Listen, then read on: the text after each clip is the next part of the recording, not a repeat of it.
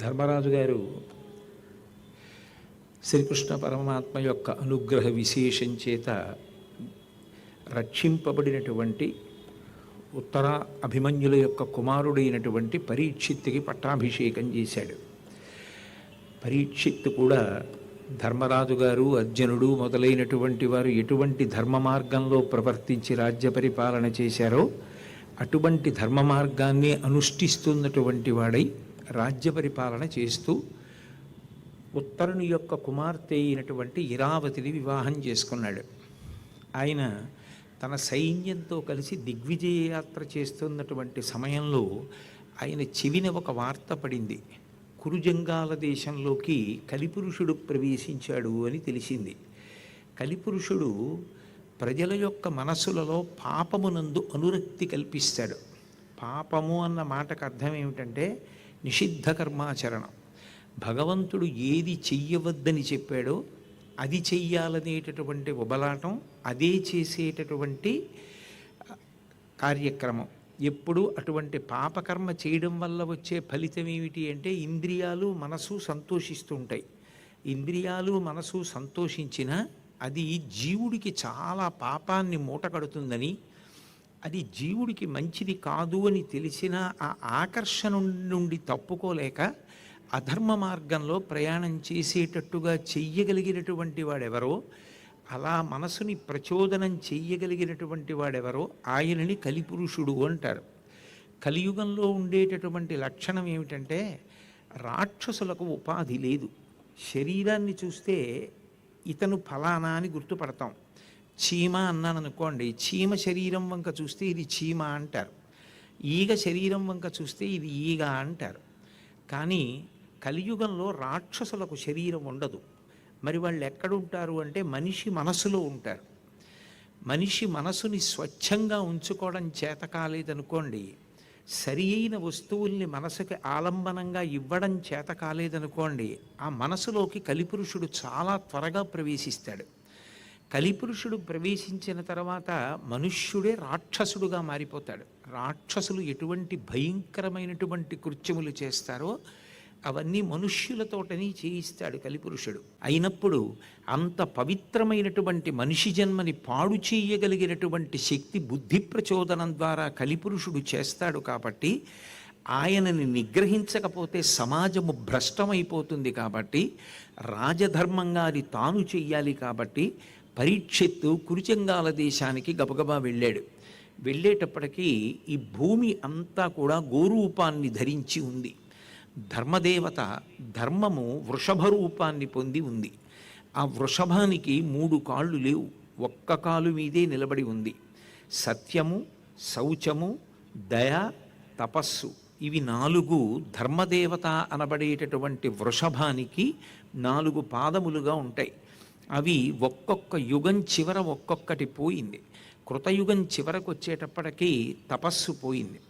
అలాగే త్రేతాయుగం చివరికి వచ్చేటప్పటికీ శౌచము పోయింది. ద్వాపరయుగం చివరికి వచ్చేటప్పటికీ దయ పోయింది. కలియుగం చివరికి వెళ్ళేటప్పటికీ సత్యము కూడా పోతుంది. అందుకే ఒక్క పాదము మీదే వృషభము నిలబడి ఉంది. అక్కడికి దూడ లేకుండా కన్నుల వెంట నీరు కారుస్తూ, బెంగ పెట్టుకుని భయపడుతూ, బెదురుచూపులు చూస్తూ భూమి ధేను రూపాన్ని, గోరూపాన్ని ధరించి వచ్చింది. వస్తే కలియుగం ప్రవేశించింది అని తెలుసుకున్నటువంటి ధర్మదేవత భూదేవితో మాట్లాడుతూ కొన్ని మాటలంది.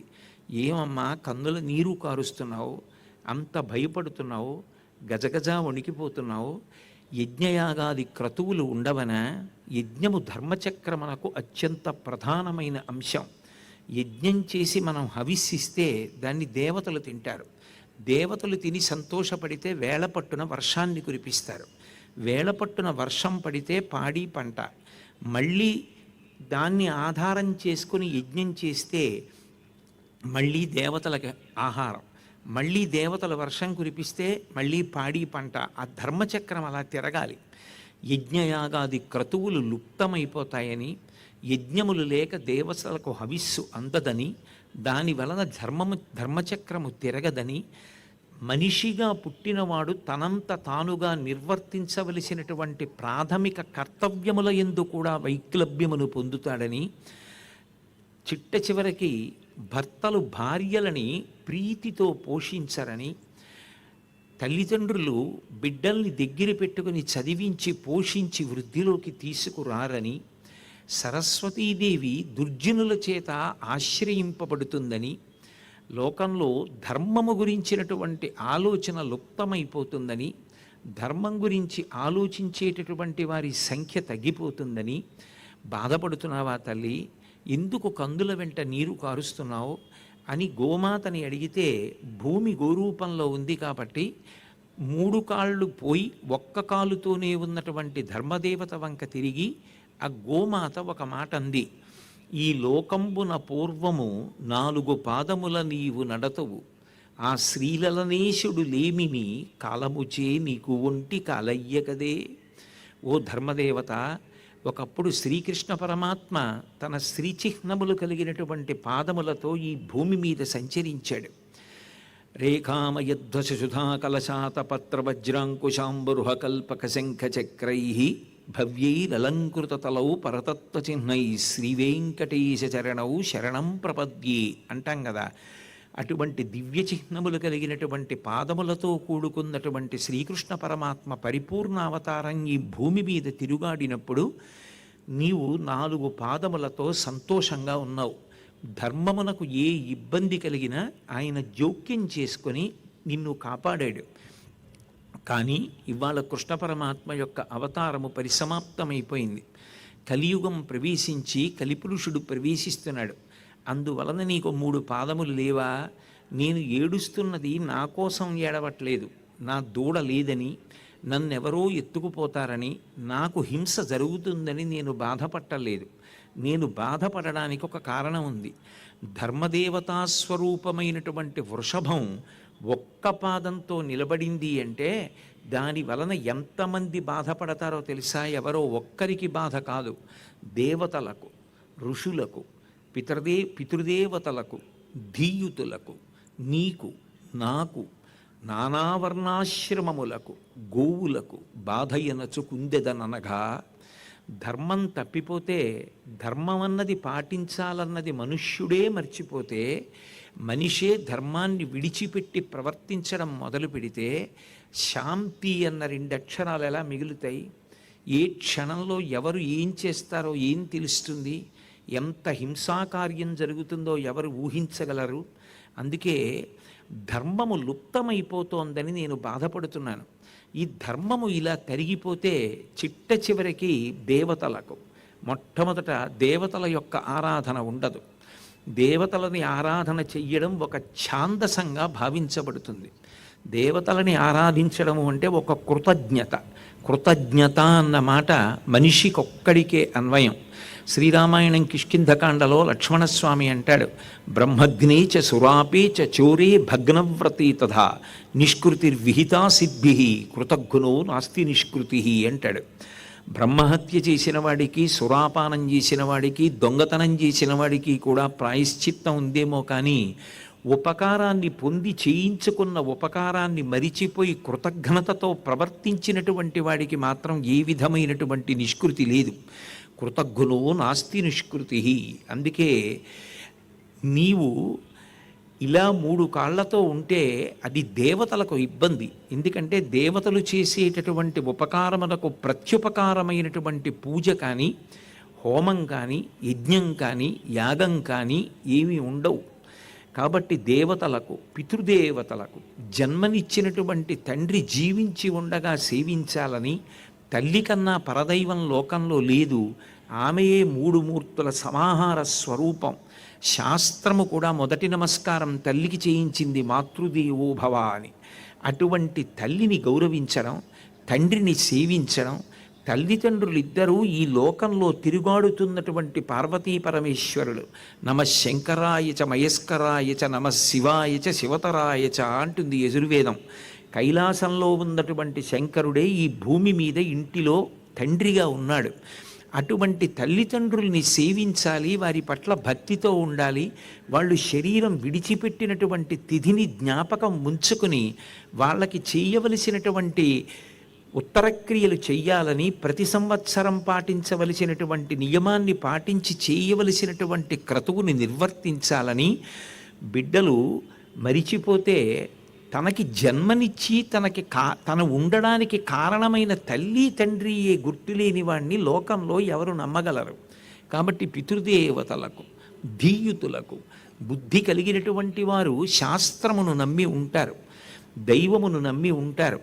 అటువంటి దైవాన్ని, ధర్మాన్ని నమ్మనటువంటి వాళ్ళు, శాస్త్రాన్ని నమ్మనటువంటి వాళ్ళు ఎవరుంటారో అటువంటి వారి వలన ధీయుతులకు కూడా ఇబ్బంది కలుగుతుంది. బుద్ధిమంతులైనటువంటి వారు ఏమి ఈ సమాజం ఇలా భ్రష్టమైపోతోందని బాధపడతారు.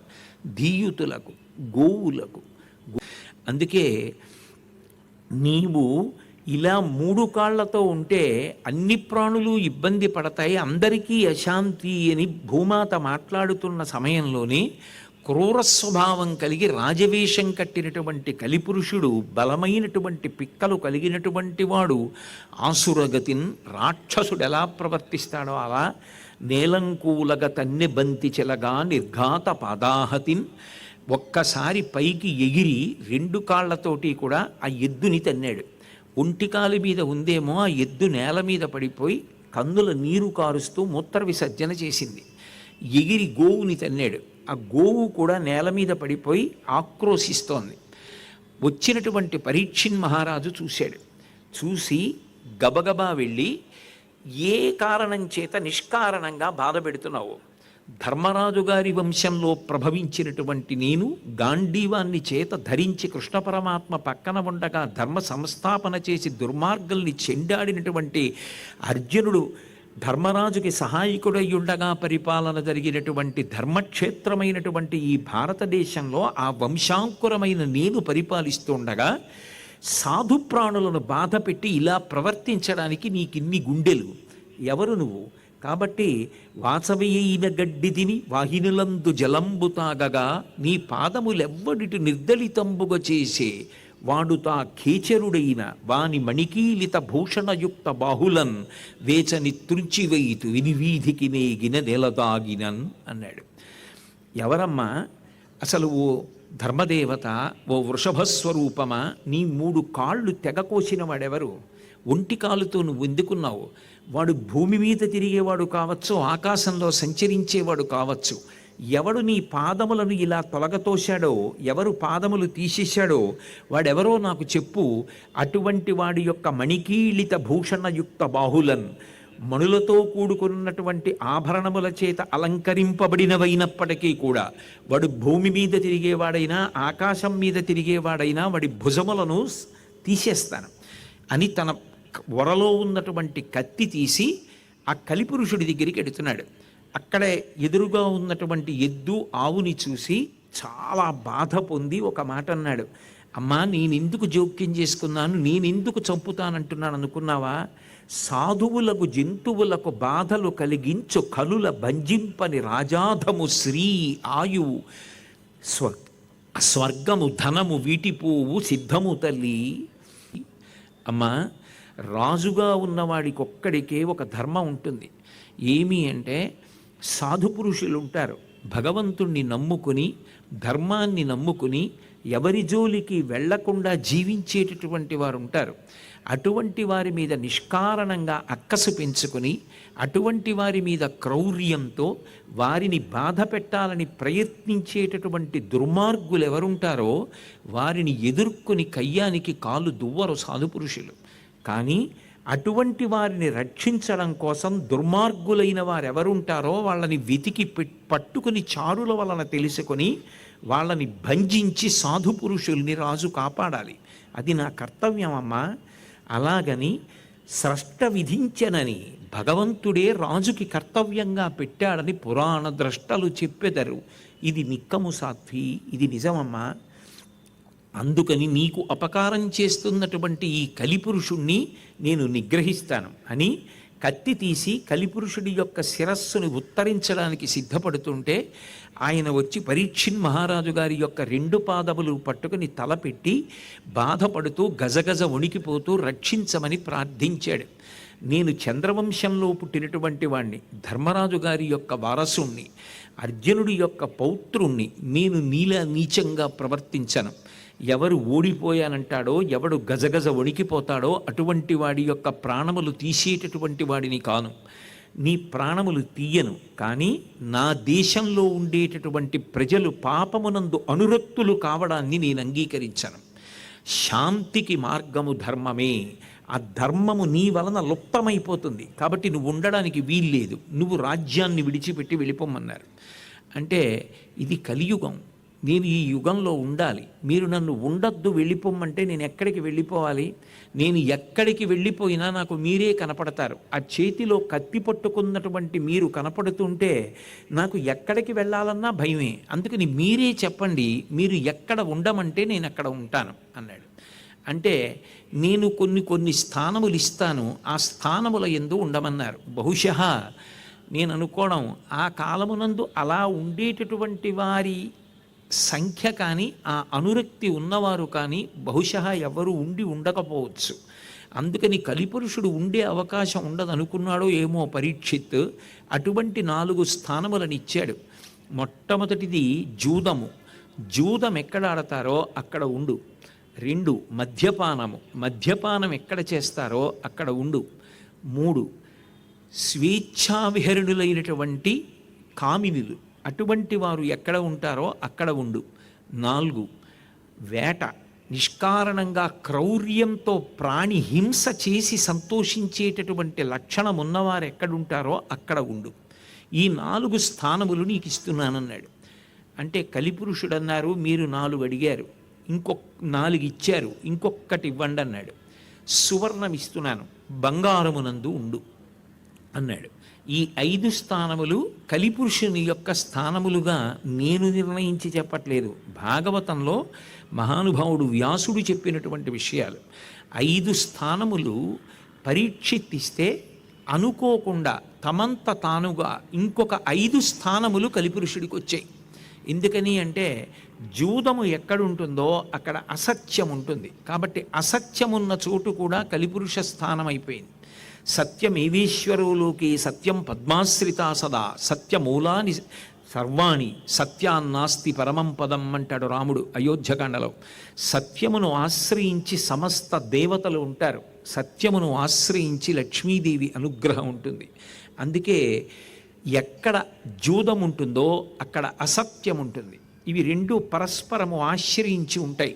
కాబట్టి ఇంకొక స్థానం వచ్చింది, జూదము వలన అసత్యం వచ్చింది. ఎక్కడ మద్యపానం ఉంటుందో అక్కడ మదం ఉంటుంది. 2 పరస్పరం ఒకదాన్ని ఒకటి ఆశ్రయించి ఉంటాయి. కాబట్టి మదము ఒక స్థానమైంది. అలాగే హింస. హింస ఎక్కడ ఉంటుందో అక్కడ ప్రాణిహింస యందు ఒక రకమైనటువంటి ఉత్సుకత, అంటే తమకం ఏర్పడుతుంది. ఇంకా ఇంకా ఇంకా ఇంకా హింస చెయ్యాలనేటటువంటి తమకం ఏర్పడుతుంది దాన్ని ముందే. అందులో ఉన్నటువంటి ప్రమాదం, నిన్ను ఒక్కసారి అవతల వారి వైపు ఊహించుకో, నిన్నలా హింస చేస్తే అన్నది అలవాటు కాకపోతే హింస యందు తమకం ఏర్పడుతుంది. స్వేచ్ఛా విహరుడులైనటువంటి కామినులు ఉన్న చోట విశృంఖలమైనటువంటి కామము ప్రబలుతుంది. అందుకే 5 స్థానములను పరీక్షిస్తే వేరొక 5 స్థానములు తమంత తానుగా ఏర్పడ్డాయి. అప్పుడు 10 స్థానముల యందు కలిపురుషుడు ప్రవేశించాడు. పరీక్షిత్ వెంటనే ఆ ధర్మదేవతకి మిగిలినటువంటి 3 పాదములను, అంటే తన యొక్క తపోశక్తి చేత, తన ధర్మనిష్ట చేత మళ్ళీ అమర్చాడు. ఇప్పుడు 4 పాదములతో ధర్మదేవత అలరారుతోంది. గోవు సంతోషించింది. పరీక్షిత్ హస్తినాపురానికి వెళ్ళిపోయాడు. బంగారం కూడా ఒక స్థానమైంది కదా. మరి రాజులు భూషణాలు పెట్టుకుంటారు, రాజులు కిరీటాలు పెట్టుకుంటారు. అందులో బహుశः ఎక్కడో సంస్కరింపబడని, అంటే భగవంతుడికి అర్పింపబడి ప్రసాదముగా స్వీకరింపబడినది ఏదో వచ్చింది ఒకప్పుడు పరీక్షిత్తుకి. అది ధరించాడు. అది ధరించగానే ఆయన బుద్ధిలో మార్పు వచ్చింది. వేటాడాలి అని బుద్ధి పుట్టింది. వేట రాజులు పూర్వం చేసేవారు. ఎందుకు చేసేవారు అంటే, పూర్వం క్రూర మృగాల సంఖ్య ఎక్కువైపోయి అవి వచ్చి జనావాసాల మీద పడిపోయి పంటకి నష్టం కల్పించి జనులను తినేస్తుంటే, సాధు జంతువులను తినేస్తుంటే వాటి సంఖ్య తగ్గించడానికి ప్రభువు వేటాడేవాడు. అది ధర్మ సంస్థాపన కోసం చేసేవారు. అది పూర్వం రాజుకొక్కడికే ఆ అధికారం. కాబట్టి రాజు వెడుతుండేవాడు వేటకి. అలాగే పరీక్షిత్తు కూడా బయలుదేరాడు. కానీ తమకము ప్రవేశించింది, కలిపురుషుడు ప్రవేశించాడు. పోతన గారు ఒక అద్భుతమైన మాట అన్నారు ఆంధ్రీకరిస్తూ. ఎంత వేటాడాడంటే పరీక్షిత్ చిట్ట చివరికి చంద్రుడిలో ఉన్నటువంటి కుందేలు తప్ప అడవిలో ఉన్న అన్ని జంతువుల్ని చంపడం మొదలెట్టాడు. ఎందుకలా? అప్పుడు వాటి వృద్ధి ఎలా జరుగుతుంది? అన్నిటిని వేటాడమని లోకంలో ఎక్కడా లేదు. సంఖ్య తగ్గిస్తారంతే. అంతేకాని అన్నిటిని వేటాడతారా అంటే, ఏ తమకము హింసను ఆశ్రయించి ఉంటుందో అది పరీక్షిత్ ఎందే ప్రవేశించింది. అంటే కలిపురుషుడు శాశ్వతత్వాన్ని పొందడానికి, అన్నిటా వేళ్ళూంచుకోవడానికి ప్రయత్నం ప్రారంభం చేశాడు. పరీక్షిత్ వెళ్ళిపోతే తప్ప అది సాధ్యం కాదు. అందుకే ఆయన ఇంత తమకంతో వేటాడి తన వారి నుంచి దూరం అయిపోయాడు. దూరం అయిపోయి విశేషమైన దాహం కలిగింది. ఆ దాహంతో ఎక్కడైనా నీళ్లు దొరుకుతాయేమో అని తిరుగుతుండగా శమీక మహర్షి యొక్క ఆశ్రమం కనపడింది. ఆ శమీక మహర్షి ఆశ్రమంలోకి వెళ్ళాడు. తెలియదా పరీక్షిత్తుకి? అన్నీ తెలుసు. మహానుభావుడు పరీక్షిత్ ఏం సామాన్యుడు కాడు, గొప్ప ధర్మతత్పరుడు, అన్నీ తెలిసి ఉన్నవాడు. కానీ కలిపురుషుడు ప్రవేశించాడు. బుద్ధి వక్రీకరించింది. ఎన్ని ఉన్నా అన్నీ పోయేది ఎప్పుడు అంటే, మహాత్ముల జోలికి వెళ్ళడం వల్ల పోతాయి. ఇప్పుడు ఆ శమీక మహర్షి దగ్గరికి వెళ్ళి దాహం వేస్తోందని మెల్లగా నోట మాట రాలేక గొంతు ఎండిపోతుంటే అడుగుతున్నాడు. ఆయన సమాధి స్థితిలో ఉన్నాడు. సమాధి స్థితి అనేటటువంటిది ఎంత అద్భుతంగా ఉంటుందో నిజంగా పోతన గారు తెలుగులో ఇచ్చినటువంటి పద్యం అజరామరం, పరమాద్భుతమైనటువంటి స్థాయిలో వర్ణించారు ఆయన. అది ఆ శమీక మహర్షి ఎంత గొప్ప స్థితిలో కూర్చునున్నాడు అంటే, ఆయన ఆ సమాధి స్థితిలో ఉన్నప్పుడు ఆయనకి ఆ మనసు, పంచేంద్రియములు వీటిని వెనక్కి తీసేశాడు. అంటే కన్ను చూడడం ధర్మం, చెవి వినడం ధర్మం. పక్కన ఎవరో ఏదో పిలిచారనుకోండి, చెవి వింటుంది, చెవి వినదని కాదు. కానీ చెవికి మనసుకి సంబంధం తెగిపోతుంది కాబట్టి చెవి విన్నదాన్ని మనసు పుచ్చుకోదు. ముక్కు వాసన చెప్తుంది, కానీ అక్కడ సువాసన వచ్చినా దుర్వాసన వచ్చినా మనసుకి ముక్కు ఇంద్రియానికి సంబంధం తెగిపోతుంది. కాబట్టి మనసు పుచ్చుకోదు. అంటే అసలు బాహ్యంలో జరుగుతున్నటువంటి ఏ విషయం గురించి కూడా ఆ లోపల మనసు గ్రహించకుండా ఉంటుంది. ఆ మనసు ఆత్మయందు లయమైపోతుంది. ఆత్మ యొక్క కాంతి చేత మనసు పనిచేస్తూ ఉంటుంది. అటువంటి స్థితిలో ఉన్నటువంటి శమీక మహర్షి దగ్గరికి వెళ్ళి నీళ్ళు అడిగాడు. ఆయన పలకలేదు. నేను భూమిని ఏలేటటువంటి రాజుని, నేను వచ్చి నీళ్ళు అడిగితే ఈ ఋషి ప్రత్యుత్తరం ఇవ్వలేదు. పైగా కన్నులు మూసుకుని ధ్యానంలో ఉన్నట్లుగా నటిస్తున్నాడు. ఇంత అవమానం చేస్తాడా, ఇంత పరాకుగా ప్రవర్తిస్తాడా అని కోపం వచ్చింది. కోపం వచ్చి అక్కడే పెద్ద మృత సర్పం ఒకటి కనపడింది, చచ్చిపోయిన పాము.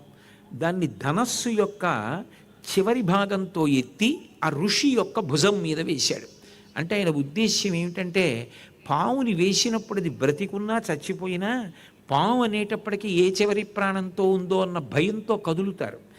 ఋషి నటిస్తున్నాడు తప్ప నిజంగా ఋషి సమాధి స్థితిలో లేడు అని ఋషిని అవమానించాలనుకున్నాడు. అనుకుని ఆ పావుని ఎత్తి ఆయన భుజం మీద వేశాడు. వేసినా ఋషి కదలలేదు. అయినా పరీక్షిత్తుకి ఎందుకో ఆలోచన రాలేదు. ఆయన తిరిగి వెళ్ళిపోయాడు. వెళ్ళిపోయి హస్తినాపురానికి వెళ్ళిపోయాడు. వెళ్ళిపోయిన వాడు, నేను ఎందుకు ఇలా చేశాను? సమాధి స్థితిలో ఉన్నటువంటి ఋషి దగ్గరికి, ఆశ్రమానికి వెళ్ళినప్పుడు ఎంత గౌరవంగా ప్రవర్తించాలి, ఆయన యొక్క భుజం మీద పావుని వేయడం ఏమిటి అని తనలో తాను వితర్కించుకుంటున్నాడు. ఈ మాట నదీ తీరంలో మునిబాలకులతో కలిసి ఆడుకుంటున్నటువంటి శమీక మహర్షి యొక్క కుమారుడైనటువంటి శృంగికి ఎవరో వెళ్ళి చెప్పారు, అయా మీ తండ్రి సమాధి స్థితిలో ఉన్నాడు, ఉండగా ఎవరో రాజు, ఆయనకి ఆ వచ్చినవాడు ఎవరో తెలియదు ఆ పిల్లాడికి, ఎవరో రాజు వచ్చి ఆ ధనస్సు యొక్క చివరి భాగంతో పావుని ఎత్తి మెళ్ళో వేశాడు. దానివల్ల ఇప్పుడు మీ తండ్రి యొక్క భుజం మీద మృతసర్పం వేలాడుతోందని చెప్పారు. చెప్పేటప్పటికి ఆ పిల్లవాడికి ఎక్కడలేని కోపం వచ్చేసింది. కోపం వచ్చేసింది అనుకోండి, ఆ కోపం బుద్ధిని భ్రంశం చేసేస్తుంది. క్రుద్ధ పాపం న కుర్యాత్కః క్రుద్ధో హన్యాద్గురూనపి క్రుద్ధ పరుషయావాచ నరం సాధు నధిక్షిపేత్ అంటారు వాల్మీకి మహర్షి. ఒకసారి కోపం వచ్చేస్తే తనని తాను అదుపు చేసుకోకపోతే ఆ కోపానికి వశపడిపోయిన వాడు మహాత్ముల్ని కూడా చంపేస్తాడు. అందుకే ఆ కోపానికి వశపడిపోయాడు ఆ శృంగి. మేము ఎవరింటికన్నా వెళ్ళామా, ఎవరికైనా అక్కర్లేని ఆశీర్వచనాలు చేశామా, ఎవరినైనా దానాలు అడిగామా, మేము ఎవరిని ఏం బాధ పెట్టామని ఎక్కడో రాజ్యం చివర అరణ్యంలో ఆశ్రమాన్ని కట్టుకొని బ్రహ్మమును తెలుసుకోవడానికి తపస్సు చేసుకుంటున్నాం. మేము చేస్తున్న తపస్సు వల్ల, తపస్సు వైభవం వల్ల దేశం సుభిక్షంగా ఉంది. మా వలన ఉపకారమే కానీ అపకారము జరగలేదు. అటువంటి మా తండ్రి సమాధి స్థితిలో ఉండగా ఒక రాజు ఎంత దుర్మదంతో ప్రవర్తించాడు, వచ్చి మృత సర్పాన్ని ఆయన మెడలో వేసి వెళ్ళిపోతాడా, నా తండ్రిని ఇంత అవమానిస్తాడా అన్న కోపంతో ఊగిపోతూ ఆ రాజు ఎవరో కూడా తెలుసుకోకుండా శాపవాక్కు విడిచిపెట్టాడు. ఓడక వింటికోపున మృతోరగమున్కొని తెచ్చి మారు మాటాడకయున్న మజ్జనకు అంశతలంబున పెట్టి దుర్మదక్రీడ చెరించు రాజు హరకేశవులడ్డిననైన చచ్చుపో ఏడవనాడు తక్షక ఫణీంద్ర విషానల హితి సంహతిన్ అన్నాడు. ఎలా పడ్డాయో మహానుభావుడు పోతన గారికి ఆ పద్యాలు. రామచంద్రమూర్తి పలికించారు ఆయన చేత. ఓడక వింటికోపున మృతోరగమున్ కొని తెచ్చి మారు మాటాడకయున్న మజ్జనకు అంశతలంబున పెట్టి దుర్మద క్రీడ చెరించు రాజు. మారు మాట్లాడకుండా సమాధి స్థితిలో బ్రహ్మముతో లయమైపోయి ఆనందపరవశుడైనటువంటి మా తండ్రి గారి యొక్క భుజం మీదకి తీసుకొచ్చి మృత సర్పాన్ని వేసి సంతోషించి దుర్మద క్రీడలో ప్రవర్తించినటువంటి ఆ రాజు ఎవరైనా కావచ్చుగాక, ఆయన నీటికి 7వ రోజులో 7వ నాడు తక్షకుడు అనబడేటటువంటి భయంకరమైనటువంటి పాము కాటు వలన దాని యొక్క విషము చేత మరణించుగాక అన్నాడు. అది ఎవరైనా కావచ్చు రాజు, ఆయన ఎవరో ఆయనకి తెలియదు. కాబట్టి ఆ రాజు నీటికి 7వ నాడు మరణించుగాక అన్నాడు. చిత్రం ఏమిటంటే అప్పుడు భాగవతం పుట్టేది. ఈ విషయం గబగబా పరిగెత్తుకుంటూ శృంగి ఆశ్రమానికి వచ్చి చూశాడు తండ్రి ఎలా ఉన్నాడని. చూసేటప్పటికీ ఆ భుజం మీద మృత సర్పం వేలాడుతోంది. ఆ ఏడుస్తూ మిగిలిన పిల్లల సాయంతో భయపడిపోతూ ఏదో కర్ర తీసుకొచ్చి ఆ సర్పాన్ని దూరంగా తోసేసి అరుస్తున్నాడు. ఆ మాటలకి తండ్రి బహిర్ముఖుడయ్యాడు. బహిర్ముఖుడై ఏమైందిరా, ఎందుకు ఇంత ఏడుస్తున్నావు అని అడిగాడు. కొడుకు ఏం మాట్లాడలేదు, ఒక్కసారి దివ్య దృష్టితో చూశాడు. ఇలా కొడుకు శాపం ఇచ్చాడు, అది పరీక్షిత్తుకు తగిలింది అని తెలుసుకున్నాడు. తెలుసుకుని కొడుకు వంక తిరిగి సంతోషంతో మాట్లాడలేదు. నువ్వు నా మెడ మీద మృత సర్పం వేస్తే ఆ రాజుని శపించావు, మంచి పని చేశావు అని తండ్రి అనలేదు. ఆయన అన్నాడు, పాపంబు నీ చేత ప్రాపించే మనకింక రాజు నశించిన రాజ్యమందు బలవంతులగువారు బలహీనులగువారి పశు దార హయ సువర్ణాదులనపహరింతురు జార చౌరాదులు సంచరింతురు ప్రజలకు అన్యోన్య కలహంబులతిశయిల్లు వైదికంబయ్యున్న వర్ణాశ్రమాచార ధర్మమించుకలేక తప్పిపోవు అంత మీద ప్రజలు అర్ధకామంబులంతగిలి సంచరింప ధరణికి ఆశ్రయించియున్న ధర్మంబు తొలగిపోవు మర్కట సారమీయ కులము మెరపుత్ర అన్నాడు. ఎంత పనిచేశావురా. ఆయన దాహంతో ఉన్నాడు నిజమే, ఆయన నేను మాట్లాడలేదనుకున్నాడు. ఆయన చేసినది ఒక చిన్న తప్పు. పరీక్షిత్ సామాన్యుడు కాదు, మహానుభావుడు, ధర్మమూర్తి. తెలిసో తెలియకో ఒక చిన్న తప్పు చేశాడు. అంత చిన్న తప్పుకి అంత పెద్ద శాపం విడిచిపెడతావా? ఆ మాట అనేశావే. పరీక్షిత్తు మరణిస్తాడు 7వ రోజున. పరీక్షిత్తు మరణిస్తే ఈ రాజ్యం ఏమైపోతుంది? అంతటి సమర్థుడైనటువంటి రాజు లేకపోతే వెంటనే బలవంతులైనటువంటి వారు బలహీనంగా ఉన్నటువంటి వాడి యొక్క పశువుల్ని, గుర్రాల్ని, బంగారాన్ని, వాళ్ళని అందరినీ ఎత్తుకుపోతారు. ప్రజలకి భయభక్తులుండవు. ఒకళ్ళతో ఒకళ్ళు దెబ్బలాడుకుని రకరకాల కారణాలతో అర్థం పర్థం లేని కలహాలన్నీ పెరుగుతాయి. ఎందుకని అంటే రాజభయం లేదు. రాజభయం ఎక్కడుంటుందో అక్కడ ప్రశాంతత ఉంటుంది. కాబట్టి పరీక్షిత్ వంటి రాజు లేడు కనుక ప్రజలకు అన్యోన్య కలహంబులతిశయిల్లు, గుండెలు ప్రజలకి కనపడేటట్టుగా బోరలు విరుచుకొని జార చోరాదులు సంచరింతులు, జారులు చోరులు సమాజంలో తిరుగుతారు. వాళ్ళంత ధైర్యంగా తిరిగితే ప్రజలు ఏమైపోతారా? జార చోరాదులు సంచరింతురు, వైదికం బయ్యున్న వర్ణాశ్రమాచార ధర్మమించుకలేక తప్పిపోవు. ధర్మమంతా లుప్తమైపోతుంది. ఆ ధర్మమే పోయిన నాడు ప్రజలు చతుర్విధ పురుషార్థములుగా స్వీకరించరు. ధర్మ అర్థ కామ మోక్షములని 4 ఉండవు.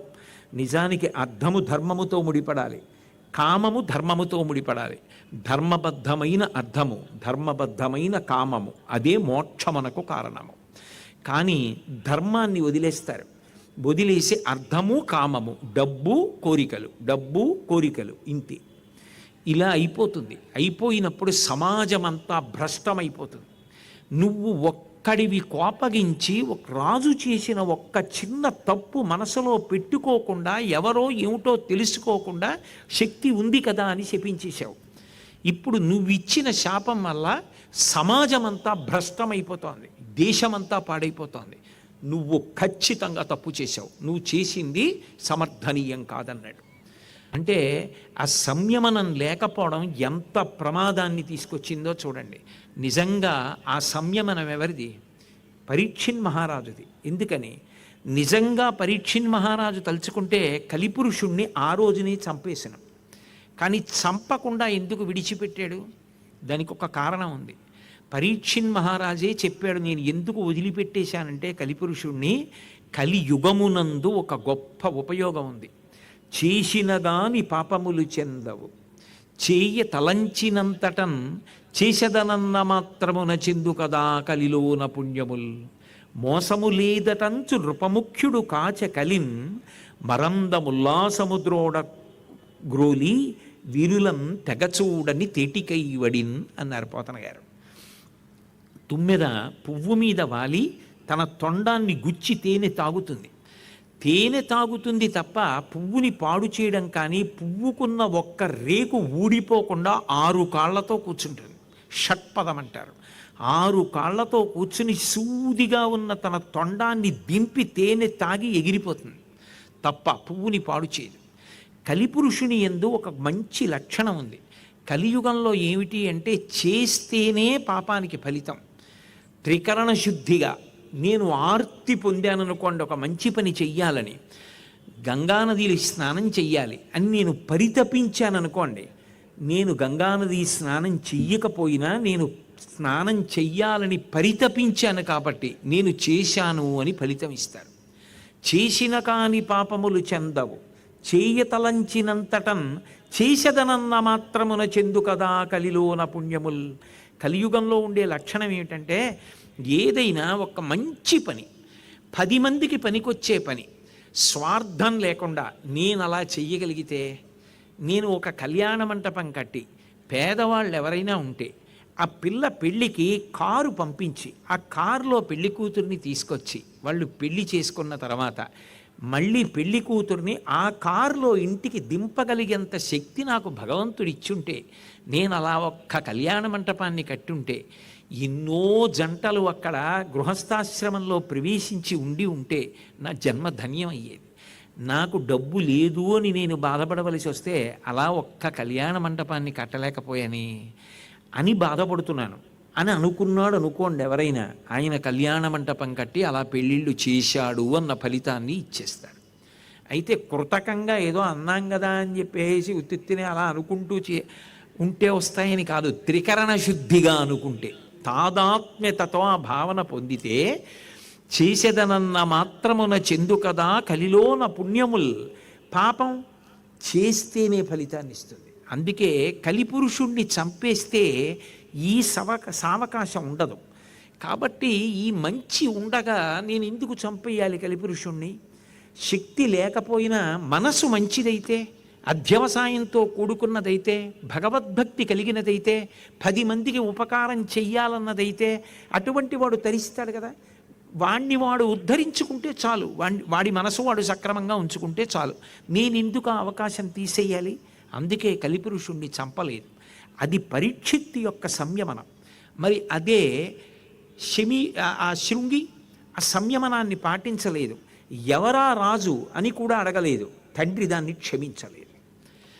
నిన్ను పరీక్షిత్తు మాత్రం ప్రతిశాపం ఇవ్వడు. అది పరీక్షిత్తు గొప్పతనం అన్నాడు.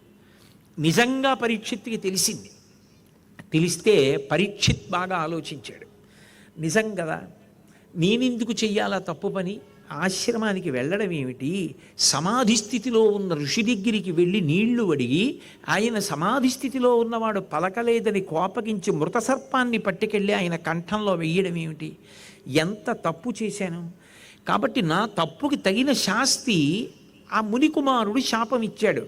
నేను తిరిగి శాపం ఇవ్వగలను, కానీ దాని వలన ఏమిటి ప్రయోజనం?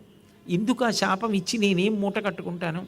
మృత్యు ఎప్పుడు వస్తుందో తెలియదు, కానీ ఇప్పుడు నాకు మునికుమారుడు ఉపకారం చేశాడు. 7 రోజులలో మృత్యు వస్తుంది, అంటే నేటికి 7వ నాడు వస్తుంది. అంటే నేను 7 రోజులు బ్రతికుంటానని అర్థమైంది. నాకెంత ఉపకారం చేశాడు. ఇన్నాళ్లే బ్రతుకుతాను అని తెలియడం గొప్ప వరం. ఏనాడు వెళ్ళిపోతాడో తెలియకపోవడం పెద్ద శాపం. ఎందుకని అంటే రేపు చెయ్యొచ్చులే, ఎల్లుండి చెయ్యొచ్చులే, వచ్చే నెల చెయ్యొచ్చులే, ఏడాది చెయ్యొచ్చులే అంటే నిత్యమా జీవితము నీటిపై బుగ్గ. ఎవడికి తెలుసు నీటి మీద బుడగ ఎంతకాలం ఉంటుందో? కానీ ఆయుర్దాయం ఇంతకాలమే ఉంటుంది అని తెలిసి ఉండడం ఎంత అదృష్ట హేతువు. దానివలన ఆ ఉన్న సమయంలో చక్కబెట్టేసుకుని మళ్ళీ తిరిగి రావలసిన అవసరాన్ని పోగొట్టేసుకుంటాను అని ఆయన ఏ సంకోచం లేకుండా, ఏ బెంగ లేకుండా, అంటే ఒక విషయాన్ని మనం ఎలా తీసుకోవచ్చు, ఎలా తరిస్తాం, దృష్టికోణం మనిషి ఎలా ఉండాలి భాగవతం నేర్పుతుంది. నా మృత్యువు తెలిసింది, నాకేం బెంగ లేదన్నాడు అని ఆయన ఉరగాధీశ విషానలంబనకు వీనొప్పింతు శంకింప ఈశ్వర సంకల్పము నేడు మానదు భవిష్యజ్జన్మ జన్మంబులన్ హరి చింతారతియున్ హరిప్రణుతి హరి భాషాకర్ణనాసక్తియున్ హరి పాదాంబుజ సేవయున్ కలుగు మీరర్దిన్ ప్రసాదింపరే అని అడిగాడు. గంగా తీరానికి వెళ్ళిపోయాడు. ఆ గంగా తీరంలో ప్రాయోపవేశం చేశాడు. ప్రాయోపవేశం చేసి ఆ గంగమ్మ వంక తిరిగాడు. ఇప్పటికీ నేను కాశీ వెడితే ఆ కేదార్ ఘాట్లో నిలబడి ఆ గంగా నది వంక చూస్తే నాకు పరీక్షిత్తు చెప్పిన పద్యమే గుర్తొస్తుంది. అప్పుడప్పుడు అంటూ ఉంటుంది మా ఆవిడ, అదేమిటండి గంగాస్తుతి అవి ఏమీ చేయకుండా మీరు ముందు ఈ పద్యం చెప్తారు ఏమిటంటుంది. అంత హత్తుకుంది నన్ను ఆ పద్యం. పరీక్షిత్ గంగ వంక చూసి అంటాడు, అమ్మా అని పిలిచిన నరు పొమ్మా అని ముక్తి కడకు బుత్తువట. కృపన్ లెమ్మా నీ రూపముతో రమ్మా నాకిదురంగ గంగ రమ్యతరంగా అని అడుగుతాడు. అమ్మా అంటే చాలట గంగ దగ్గరికి వెళ్ళి, పొమ్మా అంటుందిట. పోరా మోక్షానికి, ఇక నువ్వు తిరిగి రావక్కర్లేదురా అంటుందిట. అమ్మా అని చూచిన నరు పొమ్మ అని ముక్తి కడకు బుత్తువట. కృపన్ దయతో ఒక్కసారి అమ్మ జల రూపంలో కాకుండా అధిష్టాన దేవతా స్వరూపంగా నిన్నొక్కసారి చూడాలనుందమ్మా. లిమ్మా నీ రూపముతో రమ్మా నాకెదురంగ గంగ రమ్యతరంగా అని పిలిచాడు. పిలిచి ప్రాయోపవేశం చేస్తే వశిష్ఠాది మహర్షులందరూ కూడా వచ్చారు. ఎంత ఆశ్చర్యం! మృత్యువు తెలిసింది ఒక మనిషికి. నేను ఏది చేస్తే ఇక మళ్ళీ పుట్టక్కర్లేదు ఈ 7 రోజులలో నాకు చెప్పండి అని అడుగుతున్నాడు. ఏది చెప్పాలి ఆయనకి ఇప్పుడు? ఇంతమంది ఋషులు వచ్చారు. నేను చచ్చిపోతానని నాకు బెంగలేమీ లేదు. మృత్యువు తప్పుకుందామంటే తప్పుకునేది కాదు, వెళ్ళిపోవలసిందే. అమాయకులై మా తాతగారు వెళ్ళిపోయారా, మా నాన్నగారు వెళ్ళిపోయారా, మా తరంలో ఓ పెద్ద నాన్నగారు అబ్బాయి అన్నయ్య వెళ్ళిపోయాడా, ఎవడైనా వెళ్ళిపోవలసిందే. కానీ వెళ్ళిపోతామన్న సత్యాన్ని అంగీకరించగలిగితే మనిషి జాగ్రత్తగా ఉంటాడు. కాబట్టి ఈ 7 రోజులలో నేను ఏది చేస్తే నేను మళ్ళీ తిరిగి రావక్కర్లేదు, పుట్టక్కర్లేదు.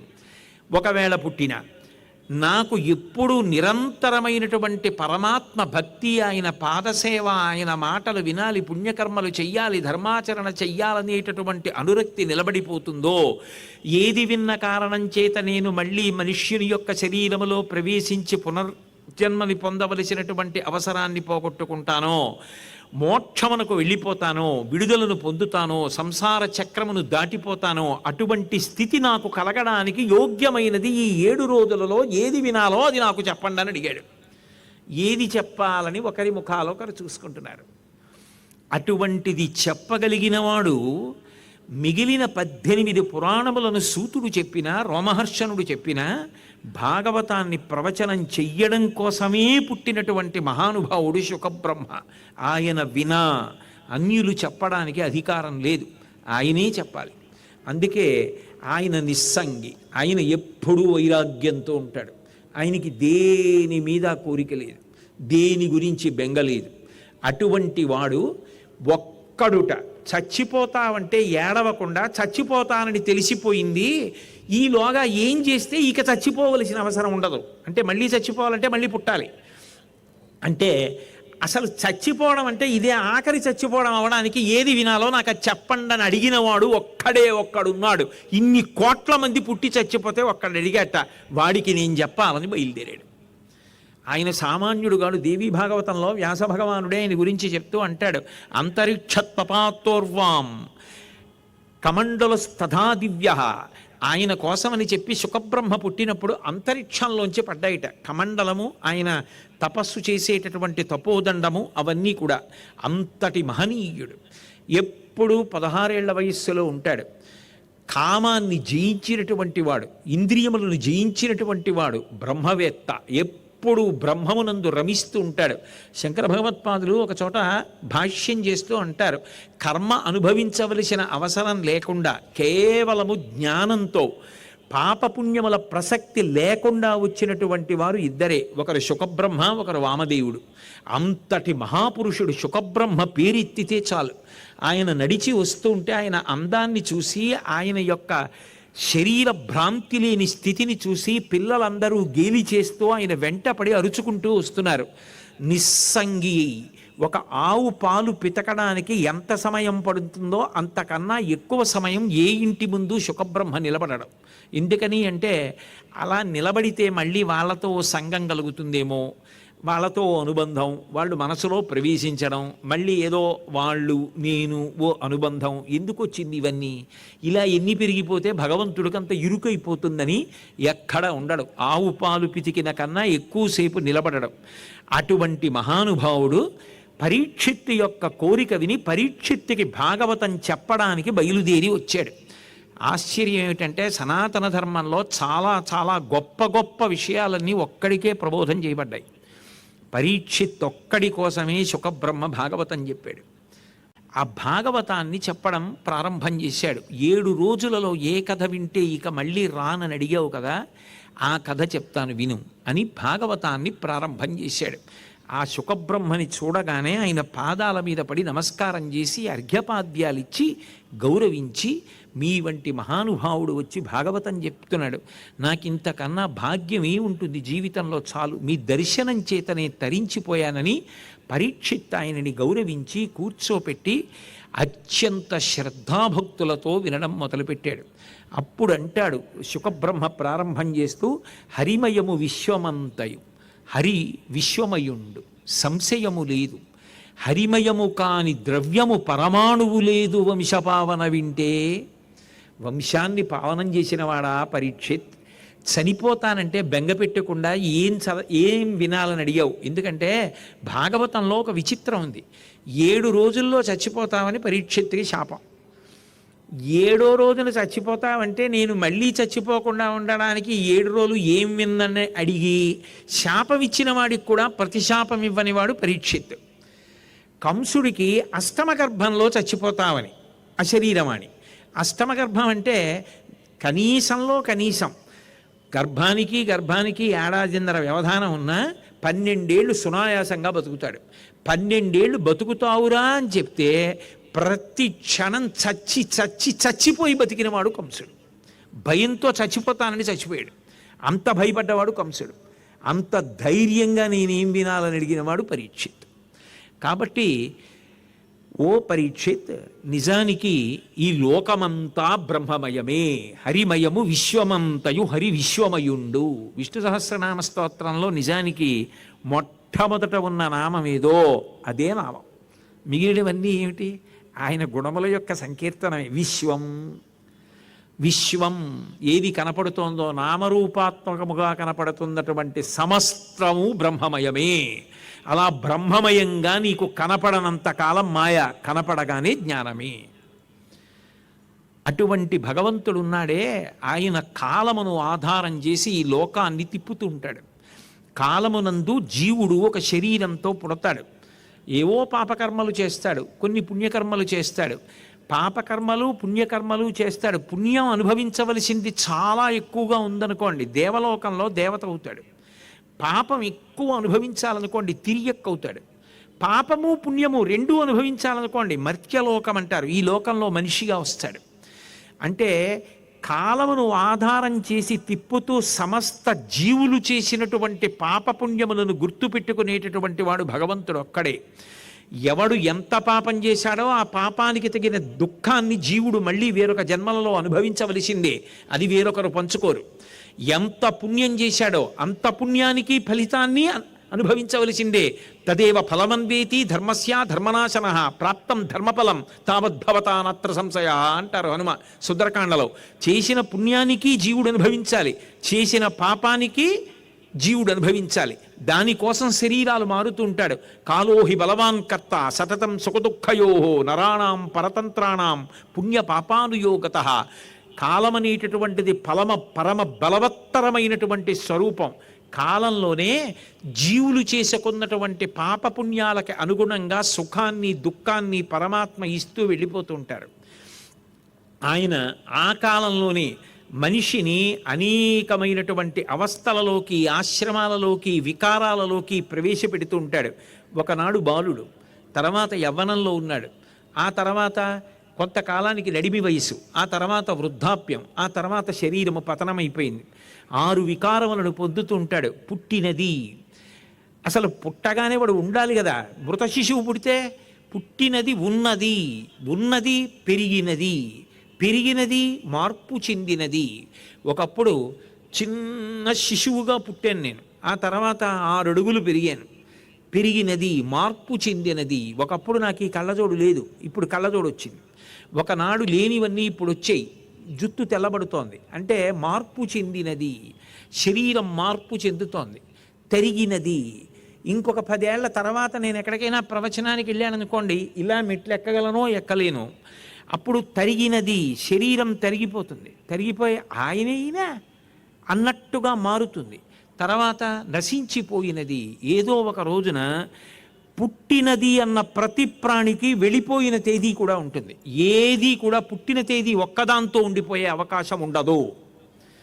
జాయతే గచ్చతే ఇతి జగత్. ఏది వచ్చిందో అది వెళ్ళిపోవలసిందే. ఈ లోకానికి అది నియమం. ఏది పుట్టినా అది మళ్ళీ వెళ్ళిపోతుంది. కానీ ఇందులో నేను ఉండిపోతాను, ఇలాగే ఉండిపోతాను అనుకోవడం ఉందే, అదే మాయా భ్రాంతి. దాని ఎందు తిరుగాడుతూ సమస్త పాపములు అక్కడ వస్తాయి. నేను నాది, నేను బాగుండాలి, నాది బాగుండాలి, వాడు వాడిది, వాడు పాడైపోవాలి, వాడిది పాడైపోవాలి. అక్కడ వచ్చింది మాయంతా. కాదు, నేను నాది కాదు, వాడు వాడిది. ఎవరు వాడు? పరమేశ్వరుడు. ఆయన నిర్మించాడు ఈ శరీరాన్ని. ఈ చర్మము, రక్తము, మాంసము, కొవ్వు, అస్థి, శుక్ల, మేధ అనబడేటటువంటి 7 పదార్థములతో దీన్ని తయారు చేసి 9 రంధ్రముల తిత్తిని తయారు చేసి 2 కళ్ళు, 2 ముక్కు కన్నాలు, 2 చెవులు, 6 నోరు, 7 మలద్వారం, 8 మూత్రద్వారము, 9 రంధ్రములు ఉన్న తోలు తిత్తిలో ప్రాణ, అపాన, వ్యాన, ఉదాన, సమాన, నాగ, కూర్మ, కృకర, ధనంజయ, దేవదత్తములు అనేటటువంటి 10 వాయువులను కుంభించి తన శాసనం అయిపోయే వరకు బయటికి వెళ్ళిపోకుండా ఎవడు నియంత్రిస్తున్నాడో వాడు పరమాత్మ. వాడు దీన్ని నిర్వహిస్తూ ఉంటే నేనే సర్వస్వం, నేనే గొప్పవాణ్ణి అనుకుని మాయలో పడి ఇంత గొప్ప జన్మ పొందిన తరువాత కూడా మనిషి ఉత్తమ కర్మలు ఆచరించి, పెద్దలను ఆశ్రయించి, మంచి విషయాల్ని తెలుసుకొని భగవంతుణ్ణి చేరుకునే ప్రయత్నం చెయ్యకుండా పాడైపోతాడు. కానీ పరీక్షిత్తు నువ్వు అదృష్టవంతుడివి. ఎందుకో తెలుసా? 7 రోజులలో మరణిస్తానని తెలిస్తే నువ్వు బెంగపెట్టుకోలేదు. నీకన్నా గొప్పవాడు ఇంకొకడు ఉన్నాడు. ఖట్వాంగుడు అని పూర్వం భూమి మీద ఒక రాజు ఉండేవాడు, పరీక్షిత్. ఆ సమయంలో ఆయన దగ్గరికి దేవతలు వచ్చారు. వాళ్ళు రాక్షసుల్ని గెలవలేక ఖట్వాంగుడి సహకారం అడిగారు. అడిగితే నేను వచ్చి వాళ్ళని ఓడిస్తానంటే ఖట్వాంగుడిని వాళ్ళతో దేవలోకానికి తీసుకెడితే అక్కడ రాక్షసులతో జరిగిన యుద్ధంలో రాక్షసుల్ని ఖట్వాంగుడు ఓడించాడు. నీకేం కావాలి చెప్పని అడిగారు. నాకు ఏం కావాలని చెప్పారు అడిగారు కదా, మాకు అన్నీ ఉంటాయి, మీరు అడిగితే ఇస్తారు, కానీ ఇవన్నీ ఎంతకాలం ఉంటాయి? నేనున్నంతకాలం ఉంటాయి. నేనంటే శరీరం, శరీరం ఎంతకాలం ఉంటుందోనే తెలియదు. అక్కడ వచ్చింది సమస్య. ఇది ఉన్నంతకాలం దీనికి ఎన్నో అనుబంధాలు. నాన్నగారండి అంటారు, బాబయ్య అంటారు, పెద్ద నాన్నగారు అంటారు, గురువుగారు అంటారు, శిష్యుడా అంటారు, అన్నయ్య అంటారు, తమ్ముడు అంటారు, స్నేహితుడా అంటారు, పౌరుడు అంటారు, మా ఆఫీసులో ఉద్యోగి అంటారు, మా అధికారి అంటారు, మా తోటి పౌరుడు అంటారు, మా వీధిలో ఉన్నవాడు అంటారు. ఆ ఊపిరొక్కటి ఆగిపోతే ఎవరు ఏ పేరు పెట్టి పిలిచినా అది ప్రతిస్పందించదు. కాలు తగిలితే కళ్ళకద్దుకొని క్షమించండి నాన్నగారు అన్న కొడుకు కొత్త కర్రలు తెచ్చి తాడు పెట్టి కట్టి తీసుకెళ్ళి కాల్చేస్తున్నాడు. అయినప్పుడు ఎంతకాలం ఉంటామన్నది తెలియకపోవడం వల్లే ఈ మోహం అంతా వస్తోంది. మిగిలినవన్నీ మాకు తెలుసు, నాకు ఇది ఉందని తెలుసు, ఓ ఇల్లు ఉందని తెలుసు, నేను ఇది చదువుకున్నానని తెలుసు, అన్నీ తెలుసు. అదే తెలియదు. అది తెలియకపోవడమే ప్రారంధం. ఉండిపోతాననుకుని ఇన్ని అన్యాయాలు అల్లర్లు చేసేస్తున్నాను. నేను ఎంతకాలం ఉంటానో చెప్పండి ఈ శరీరంలో అని అడిగాడు. వాళ్ళన్నారు చూసి, ఇత పూర్వం ఎవరు అడగలేదు, నువ్వు ఒక్కడివి అడిగావు. అలా అడగడానికి భయపడతారు, నువ్వు అడిగావు కాబట్టి చెప్తున్నావు, నువ్వు ఇంకొక ముహూర్త కాలమే ఉంటావన్నారు. ఆయన చాలా సంతోషం, ముహూర్త సమయం ఉంది కదా చాలన్నాడు అని భూమి మీదకి వచ్చేసాడు. మానసికంగా అందరినీ పరిత్యజించాడు. ఈ శరీరం ఉన్నప్పుడే కదా వాళ్ళందరితో అనుబంధం, తర్వాత ఏం ఉండదు కదా ఇక. కాబట్టి నేను ఇప్పుడే విడిచిపెట్టి జన్మలు ఎన్ని మారిపోయినా అనుబంధం మాత్రం భగవంతుడితో, ఆ భగవంతుడి పాదములు పట్టుకుంటున్నానన్నాడు. ఇంద్రియములను కట్టడి చేశాడు, ప్రాణములను ఊర్ధ్వముఖం చేశాడు. ఒక్కొక్క చక్రం దాటుతూ సహస్రార చక్రాన్ని చేరుకుని భగవంతుని యందు లయమైపోయి బ్రహ్మరంధ్రాన్ని భేదించి ఈశ్వరుని యందు ఐక్యమైపోయాడు. ఒక్క క్షణకాలం బ్రతుకుతావురా అన్నవాడు చనిపోయే కాలం తెలిస్తే అంత సద్వినియోగం చేసేసుకున్నాడు. నీకు 7వ రోజు అన్నారు, నువ్వు సద్వినియోగం చేసుకున్నావు. ఎవరు బ్రతికినా 7 రోజులే, ఆది సోమ మంగ బుధ గురు శుక్ర శని తప్ప ఇంకో వారం లేదు.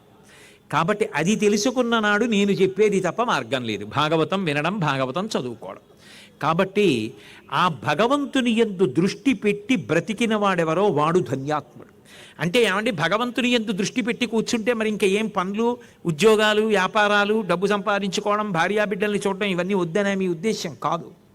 మీరు ఒక్కటి గుర్తుపెట్టుకోండి, ఎప్పుడు నిరుత్సాహంగా బ్రతకమని ఏ శాస్త్రము చెప్పదు. నేను తాడు తెచ్చి ఇలా తిప్పాను అనుకోండి కట్టేశాను, ఇలా తిప్పాను అనుకోండి విప్పేశాను. నువ్వు సంతోషంగా ప్రవర్తించు, చెయ్యి, నువ్వు చెయ్యవలసిన పనులన్నీ చెయ్యి. కానీ ఏది చేస్తున్నా ఒక్క ప్రశ్న వేసుకో, ఇది ధర్మచక్రంలో ఇముడుతుందా? ఒక్క ప్రశ్న వేయి. ఇది ఇముడుతుంది, చేసేయి. ఇది ఇమడదు, చెయ్యొద్దు. అది ఇమడదు, కట్టి కుడిపేస్తుంది, నీ జీవుడితో వస్తుంది, నిన్నే ఒక్కడనే పాడు చేస్తుంది, మిగిలిన వాళ్ళు ఎవ్వరికీ దాంతో సంబంధం ఉండదు. కాలోహి బలవాన్ కర్త సతతం సుఖదుఃఖయోహో నరాణాం పరతంత్రాణం పుణ్య పాపానుయోగత. గతంలో చేసిన పాపపుణ్యములు విడిచిపెట్టవు, పట్టుకుని వెళ్ళవలసిందే, అనుభవించవలసిందే ఉత్తర జన్మల యందు. పునర్జన్మ సిద్ధాంతము సనాతన ధర్మమునకు ప్రాణప్రదము. కాబట్టి పరమేశ్వరుణ్ణి ఆశ్రయించడం అన్న మాటకు అర్థం ఏమిటంటే పూజ గదిలో కూర్చుని అదే పనిగా పూజ చెయ్యమని కాదు. వివేకానందుడు చెప్పినట్టు పూజ గదిలో పూజ చేయడం తప్పు కాదు, పూజ గదిలో చచ్చిపోవాలనుకోవడం తప్పు. విశ్వమంతా నీకు పూజ గది కావాలి. విశ్వమునందు విశ్వనాథుణ్ణి, లోకమునందు లోకేశ్వరుణ్ణి చూడడం నేర్చుకోవాలి. ఆ స్థాయికి ఎదుగు, ధర్మముగా ప్రవర్తించు. ధార్మిక జీవనమే విడుదల, ధర్మము కాని దాని జోలికి వెళ్ళవద్దు. అది పరిణత భక్తి. అది ఆ భక్తి ఏది ఉన్నదో అదే భగవంతుని యొక్క ప్రీతికి కారణము. పూజ అన్న పేరుతో నువ్వు ఎంత రొట్ట పట్టికెళ్ళి ఇస్తున్నావో అదంతా భగవంతుడి సృష్టిలోనిదే. ఆయనది ఆయనకి ఇస్తున్నావు తప్ప నువ్వు ఆయనకి కొత్తగా ఇచ్చేది లేదు, ఇవ్వలేవు కూడా. శ్రీమన్నారాయణుని యొక్క కథలు, ఆ భగవంతుని యొక్క కథలు, పరమేశ్వరుని యొక్క కథలు ప్రీతితో ఆర్తితో వినగలిగితే చాలు. భద్రం కర్ణేభి శృణుయామ దేవాహ అంటుంది వేదం.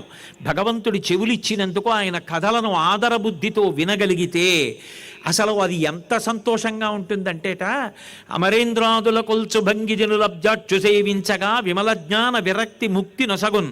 జ్ఞానాన్ని, భక్తిని, ముక్తిని కూడా ఆ కథాశ్రవణం ఇచ్చేస్తుందట. విరక్తి ముక్తి నసగున్ వేయేల భూనాథ తత్ కమలాధీశ కథా సుధారస నదీ కల్లోల మాలా పరిభ్రమము ఎవారికినైన కర్ణయుగళీ పర్వంబు కాకుండునే. మీరు ప్రీతితో ఏదైనా విన్నారనుకోండి, మీరు ఇంటికి వెళ్ళాక కూడా వాణి అలా వినపడుతూనే ఉంటుంది, మీరు పడుకున్నాక కూడా వినపడుతూనే ఉంటుంది. మీరు ప్రీతితో ఏది విన్నారో మీకు అదే కనపడుతూ ఉంటుంది. ప్రొద్దున్న లేవగానే మళ్ళీ అదే జ్ఞాపకానికి వస్తుంది. ప్రీతితో విన్నది మీ మనసుని హత్తుకుంటుంది. ఏది హత్తుకుందో ఆ వస్తువుని బట్టి మనసు పవిత్రమైపోతుంది. అది భగవత్ సంబంధమైన విషయం. అందుకే ఆ భగవంతుని పాద స్పర్శ మనసుని పునీతం చేసేసి జన్మ పరంపరలను తగ్గించేస్తుంది. అందుకే భాగవత కథాశ్రవణం అదృష్టమోయ్. నువ్వు అడిగావు, భాగవతం చెప్పమని అడిగావు. అందుకే ఏది వింటే ఇక మళ్ళీ తిరిగి పుట్టక్కర్లేదో అటువంటి కథ నీకు చెప్తున్నాను. భగవంతుని యందున్న గొప్పతనం ఏమిటంటే, ఆయన ఒకనాడు కోపగించినట్టుగా ఉంటాడు, ఆయన ఒకనాడు చాలా ప్రేమగా ఉన్నట్టుగా ఉంటాడు. నిజానికి భగవంతుడు కోపగించినట్టుగా కనపడినా, భగవంతుడు సంతోషించినట్టుగా కనపడినా ఒక్క విషయాన్ని మాత్రం బాగా జ్ఞాపకం పెట్టుకోవలసి ఉంటుంది. నిజానికి భగవంతుడికి శాశ్వతమైన కోపము ఉండదు, భగవంతుడికి ప్రేమ మాత్రమే ఉంటుంది. భగవంతుడు కోపం కూడా ఎందుకు నటిస్తాడు అంటే, దారి తప్పి పాడైపోతున్నటువంటి మనని మంచి పద్ధతిలో నడిపించడం కోసం నటిస్తాడంతే.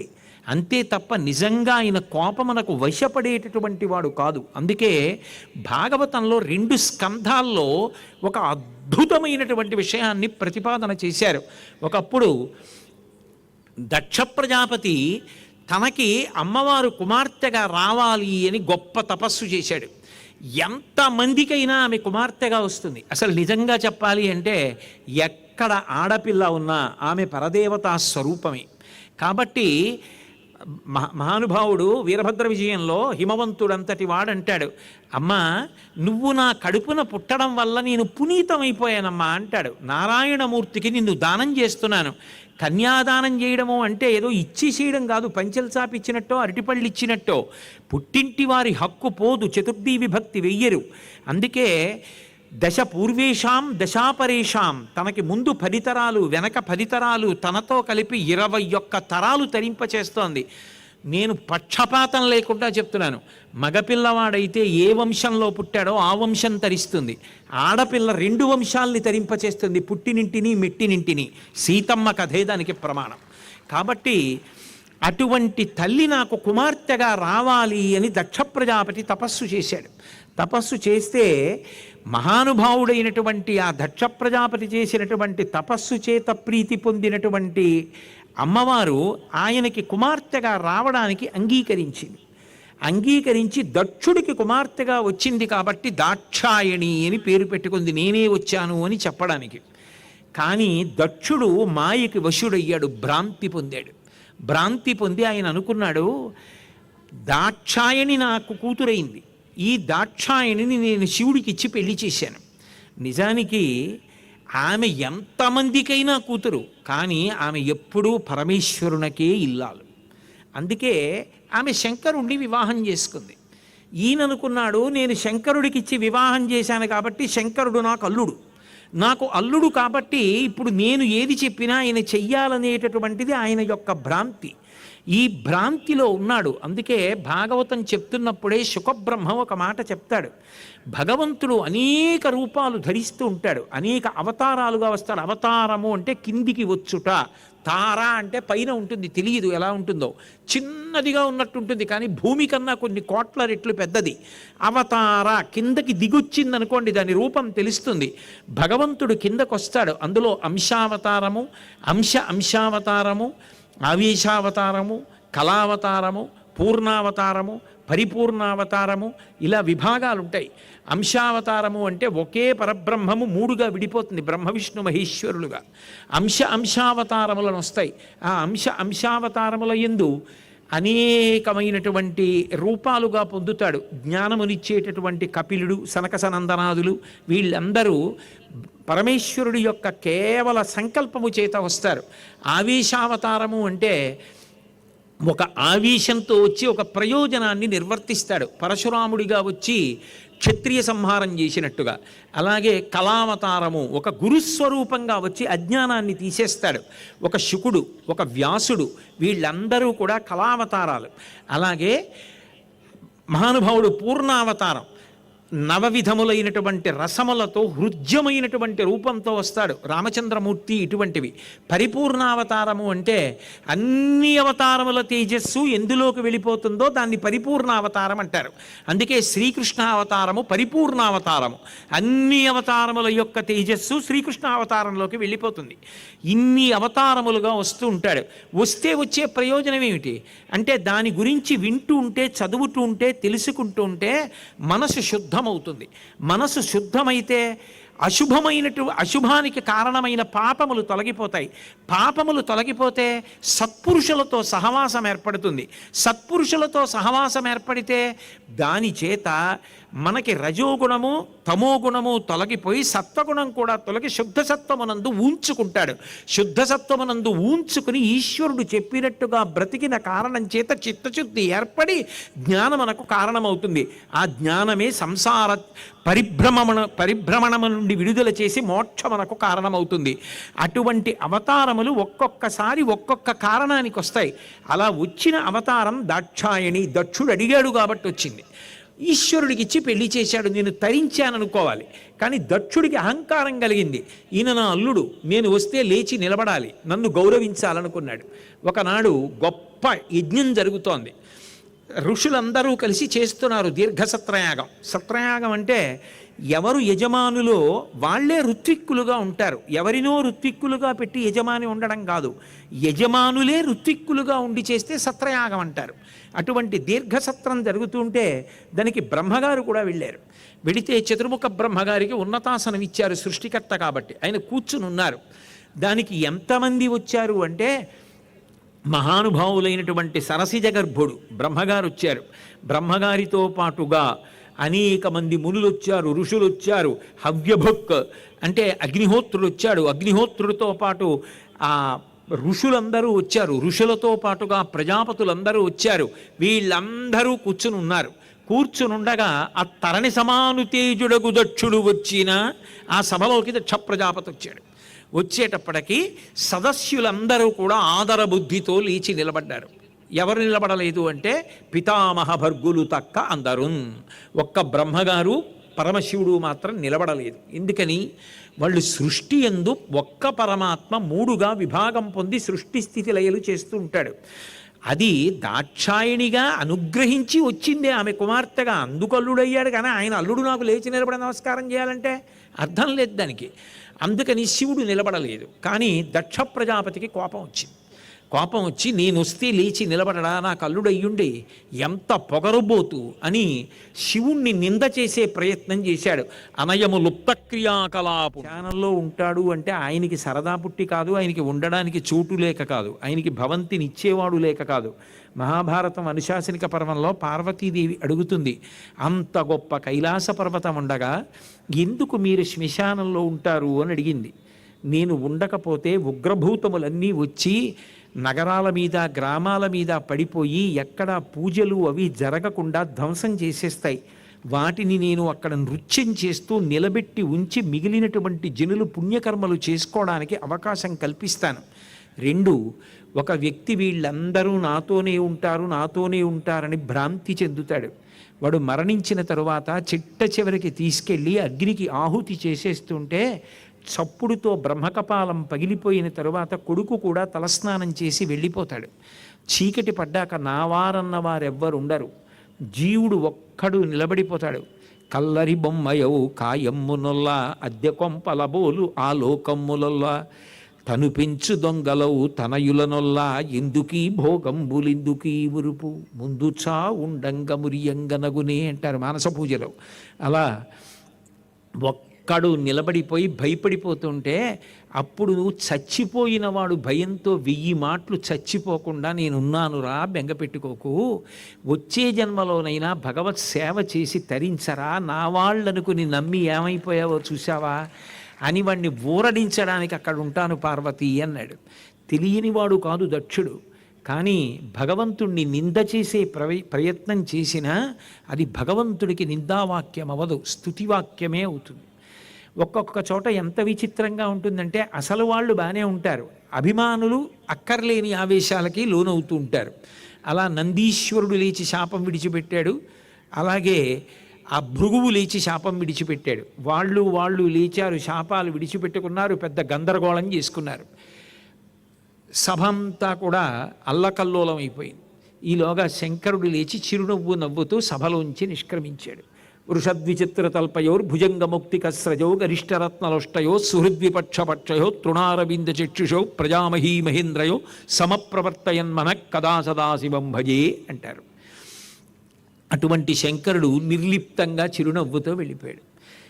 శంకరుణ్ణి ఇంత నింద చేసినా ఆయన చిరునవ్వు వదిలిపెట్టలేదు, ఆయన తిరిగి కోప్పడలేదని మరీ అక్కసు వచ్చింది దక్ష ప్రజాపతికి. అదో విచిత్రం. ఇన్ని తిట్టినా ఆయన తిట్టలేదు, అది బాధ. ఆయన సంయమనం ఏమిటి, ఆయన ఓర్పు ఏమిటి చూడాలనుకున్నాడు. బృహస్పతి సవనము అని ఒక యజ్ఞం మొదలెట్టాడు దక్ష ప్రజాపతి. అది నిరీశ్వర యాగం అన్నాడు, ఇందులో శివుడికి హవిర్భాగం లేదన్నాడు. అని ఆ యజ్ఞం చేస్తూ అందరూ రావలసిందే అని శాసించాడు. ఆయన దక్ష ప్రజాపతి, ఆయన తేజస్సు ముందు మిగిలిన వాళ్ళు భయపడతారు. అందుకని అందరూ కూడా యాగానికి వెడుతున్నారు, ఇష్టం ఉన్నా లేకపోయినా. కైలాస పర్వతం మీద పార్వతీదేవి నిలబడి చూసింది, దివ్య విమానాల్లో అందరూ వెళ్ళిపోతున్నారు. ఆవిడ పరమేశ్వరుడి దగ్గరికి వెళ్ళింది.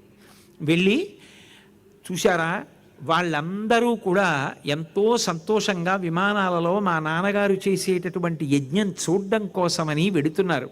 కావున ఆ యజ్ఞమునకు ఈ విభుద గణంబులరిగెదనదిగో మనమున్ పోయిన సంతోషమునచ్చట పొందగదగును గదా అని. అదిగో చూసారా, దేవతలందరూ కూడా వెడుతున్నారు, ఋషులందరూ కూడా వెడుతున్నారు, మనం కూడా అక్కడికి వెడదాం. నేను అక్కడికి వెడదాము అనడానికి కారణం ఏమిటంటే కేవలం ఏదో నేను ఒక్కదాన్ని సంతోషపడడానికి కాదు, నా తోడబుట్టిన వాళ్ళందరూ కూడా భక్తి ప్రాణనాథులతోడన్ ఆ యజ్ఞము కనుగొనగా ఒత్తురు. నా చెల్లెళ్ళు, మిగిలిన వాళ్ళు, నా తోబుట్టువులు అందరూ వాళ్ళ భర్తలతో పుట్టింటికి యజ్ఞానికి వస్తారు. పుట్టింటికి వెళ్ళడం అంటే ఆడపిల్లకైనా సంతోషంగా ఉంటుంది కదా, నా తోబుట్టువులు అందరూ వస్తారు కదా, వాళ్ళ భర్తలు వస్తారు కదా, ఒకసారి చూసినట్టు ఉంటుంది. కాబట్టి శివ, మనం వెళ్ళాలని కోరుకుంటున్నాను. ఒకవేళ అనయము పిలవకయుండంచన అనుచితమందువేమి జనక గురు జననాయక సుహృత్ గేహములకు చనుచుండుట దోషము కాదు. పెద్దలు చెప్పినటువంటి మాట. పిలవకపోయినా కూడా నలుగురి ఇళ్లకి శుభకార్యానికి వెళ్ళచ్చు. అనయము పిలువకయుండంచన అనుచితమందువేని, పిలవనప్పుడు పేరంటానికి నువ్వెందుకు అంటావేమో. జనక తండ్రి గారి ఇంటికి వెళ్ళొచ్చు, పెళ్లి చేసినప్పుడు చతుర్థీ విభక్తి వెయ్యలేదు కాబట్టి ఆడపిల్లకి వెళ్ళే అధికారం ఉంది, తండ్రికి తీసుకెళ్లే అధికారం ఉంది. నిన్ను పంపను అనడానికి భర్తకు అధికారం లేదు. కాబట్టి జనక, అలాగే గురువుగారు ఎవరుంటారో గురువుగారింట్లో శుభకార్యానికి గురువుగారు పిలవక్కర్లేదు, వెళ్ళాలి. కాబట్టి గురు సుహృత్, మంచి స్నేహితుడు, అటువంటి స్నేహితుడు ఇంట్లో శుభకార్యం అవుతుంటే వెళ్ళాలి. జననాయక, భూమిని పరిపాలించే రాజు, రాజుగారింట్లో శుభకార్యం అవుతుంటే పిలవక్కర్లేదు, అందరూ వెళ్ళచ్చు. జనక గురు సుహృత్ జననాయక గేహములకు చనుచుందురు పిలువకున్న సజ్జనులధిపా, పిలవకపోయినా సజ్జనులు వెడతారు. కాబట్టి మా నాన్నగారు చేస్తున్నటువంటి యజ్ఞానికి పిలవలేదు కాబట్టి నువ్వెందుకు అంటావేమో, నాకు వెళ్ళాలనుంది, వెడతానని. అంటే ఆయన అన్నాడు, నిన్ను పంపకూడదని నా ఉద్దేశ్యం కాదు, వెళ్ళకూడదని నా ఉద్దేశ్యం కాదు. పార్వతి, ఒక్క మాట చెప్తాను విను. ఎప్పుడైనా సరే మనం వెళ్ళినప్పుడు వాళ్ళు మన యందు ఆదరభావం కలిగిన వాళ్ళైతే ఎక్కడికైనా వెళ్ళవచ్చు. ఆదరభావం లేదనుకో, మనం వెళ్ళినప్పుడు వాళ్ళు ఏం చేస్తారంటే బొమలు ముడులు వేయిచి భూరి రోషాక్షులై అదియుగాక సుదతి వినుము. మనం వాళ్ళ ఇంటికి వెళ్ళినప్పుడు వాళ్ళు పలకరించరు, తలుపు తీసి ఇలా బొమలు ముడివేస్తారు, కనుబొమలు ముడివేసి ఇలా ఓసారి చూసి లోపలికి వెళ్ళిపోతారు. అప్పుడు లోపలికి వెళ్ళాలో కూర్చోవాలో నించోవాలో తెలియదు, బయటికి రారు, మాట్లాడరు. అప్పుడు చాలా అవమానంగా ఉంటుంది. నిజానికి అందరిలోకి దక్షుడు ఉత్కృష్టుడే. కానీ ఇవాళ నా సంబంధముచే నీవు తండ్రి చేత పూజ పడయ జాలవు తరుణి. ఇవాళ మీ నాన్నకి నా మీద చాలా కోపంగా ఉంది. నా భార్యవి అని నిన్ను అవమానిస్తాడు, నిన్ను లేవడు, పలకరించడు. అప్పుడు నువ్వు ఇబ్బంది పడతావు. వద్దు, నా మాట విను, వెళ్ళకు అన్నాడు. అంటే ఆవిడంది, కాదు నేను వెడతాను. అయితే వెళ్ళు అని ఆయన ఆమెని పంపించేటప్పుడు బోలెడన్ని చీరలు ఇచ్చాడు, సారీలు ఇచ్చాడు, ఆడుకోవడానికి బొమ్మలు ఇచ్చాడు, పెట్టుకోవడానికి ఆభరణాలు ఇచ్చాడు, ప్రమదగణాలను ఇచ్చాడు, సాయంగా పంపించాడు. అయితే ఇక్కడ సర్వసాధారణంగా లోకంలో ఓ అనుమానం వస్తుంది. భర్త వద్దన్న చోటికి పార్వతీదేవి అంతటిది వెడుతుందా? ఇంకటువంటప్పుడు ఆదర్శం అన్న మాట ఎలా కుదురుతుంది అనిపిస్తుంది. కానీ భాగవతం లాంటి గ్రంథాలలో ఇటువంటివి ఎందుకు చెప్తారంటే వేదవాక్యం ప్రమాణం. శివా విశ్వస్య భేషజీ, శివా రుద్రస్య భేషజీ అని 2 మాటలు ఉన్నాయి. ఎప్పుడైనా లోకం దారి తప్పిందనుకోండి, ఆవిడ దారిలో పెట్టిస్తుంది. ఆయన అలాగే ఉంటారు, ఆయన్ని రుద్రుణ్ణి చేస్తుంది, రుద్రుణ్ణి చేసి దారిలో పెడుతుంది. ఇప్పుడు పిల్లవాడు చదువుకోవడం మానేసి పాఠశాలకు వెళ్లకుండా నాన్నగారు ఎప్పుడైనా వర్షం పడితే రిక్షాలో వచ్చేయరా అని ఇచ్చిన డబ్బులతో చలనచిత్రాలకు వెళ్ళి పాఠశాలకు వెళ్ళటం లేదనుకోండి, ఉపాధ్యాయుడు వచ్చి తల్లితో చెప్పాడనుకోండి, తల్లి ఏం చేస్తుంది? భర్త గారు కార్యాలయం నుంచి తిరిగి రాగానే మీరు చక్కగా సంతోషంగా వస్తారు, బాగుంది, కాసేపు ఆగుతారు, ఏదో పూజ అంటారు, సంధ్యావందనం అంటారు, అయిపోతుంది, ప్రవచనం అంటారు, మళ్ళీ రాత్రి 8:30కో ఎప్పుడో వస్తారు, పలహారం చేస్తారు, పడుకుంటారు, పొద్దున్న లేస్తారు, అనుష్ఠానం అంటారు, ఎవరో వచ్చారంటారు, కలుస్తారు, పెడుతూ ఉంటారు. మీ కొడుకు అంటుంది. మీ అబ్బాయి ఎలా తయారయ్యాడో తెలుసా? 3 మార్కులు వచ్చాయి, వాడు పాఠశాలకు వెళ్ళటం లేదు, వాడు చలనచిత్రాలకి తిరుగుతున్నట్ట అంటుంది. శివుడు రుద్రుడవుతాడు, పిల్లాన్ని కొడుతూ ఉంటాడు. ఎరా ఎందుకు చేశావు ఈ బుద్ధిమాలిన పనిని? అప్పుడు అమ్మే మళ్ళీ వెళ్ళి అడ్డపడుతుంది. చంపేస్తారా ఏమిటి పిల్లాన్ని? ఒక్కరోజు కొట్టేస్తే బాగుపడిపోతాడా? మీరు కొద్దిగా ఉపన్యాసాలు తగ్గించుకుని వాడితో కూర్చోండి, చదువుకున్నారుగా, రోజు మీరు కూర్చుంటే వాడు బాగా చదువుతాడు అంటుంది. అంటే దిక్కుమాలిన సంసారం, రోత పుట్టేస్తోంది అని అక్కడి నుంచి విసుక్కుని వెళ్ళి ఎక్కడో కూర్చుంటాడు. మళ్ళీ ఆవిడే వస్తుంది. ఏమంటే అంత తొందరపడి కొట్టేశారు కదా, గత నెలలో వాడికి జ్వరం వచ్చింది, ఎంతమంది వైద్యుల చుట్టూ తిరిగి ఎన్ని మొక్కులు మొక్కి పిల్లాన్ని మనం కాపాడుకున్నాం, అంత తొందరపడి కొడితే చటుక్కున ఏ చెవి మీదో దెబ్బ తగిలితే అలా కొడతారా అంటే మళ్ళీ ఆయన శివుడు అయిపోతాడు. అయిపోయి మళ్ళీ వెళ్ళి ఆ కొడుకుని ముద్దు పెట్టుకుని నిద్రపోతున్న వాడిని, అయ్యయ్యో కొట్టానా నాన్న, ఇక పైన కొట్టాను రా, నేను కూడా కూర్చుంటాను నీతోటి, కూర్చుని చదివిస్తాను చక్కగాను అంటాడు. శివుణ్ణి రుద్రుణ్ణి చేస్తుంది, రుద్రుణ్ణి శివుణ్ణి చేస్తుంది. ఎందుకు అంటే లోకం కోసం. దారి తప్పిన వాళ్ళని దారిలో పెడుతుంది. కుటుంబంలో తల్లి ఎలా ప్రవర్తిస్తుందో పార్వతీదేవి అలాగే ప్రవర్తిస్తుంది. అందుకే ఆమె శివుణ్ణి రుద్రుణ్ణి చెయ్యాలి. లేకపోతే ఈ దక్షుడు ఇటువంటి యాగం చేయడం, దానికి అందరూ వెడుతుండడం, ఇటువంటివి జరిగితే లేనిపోని పాపాలు జరుగుతాయి. అందుకే లోకాన్ని దారిలో పెట్టడం కోసమని చెప్పి ఆవిడ యాగానికి వెళ్ళింది. వెడితే సహజంగా ఆమె తల్లి, సోదరులు, సోదరీమణులు అందరూ వచ్చి పలకరించారు. కానీ దక్ష ప్రజాపతి కానీ ఆ ఇతరమైనటువంటి వారు కానీ ఋత్విక్కులు కానీ ఎవ్వరూ లేవలేదు, ఆవిడ్ని పలకరించలేదు. ఎందుకని?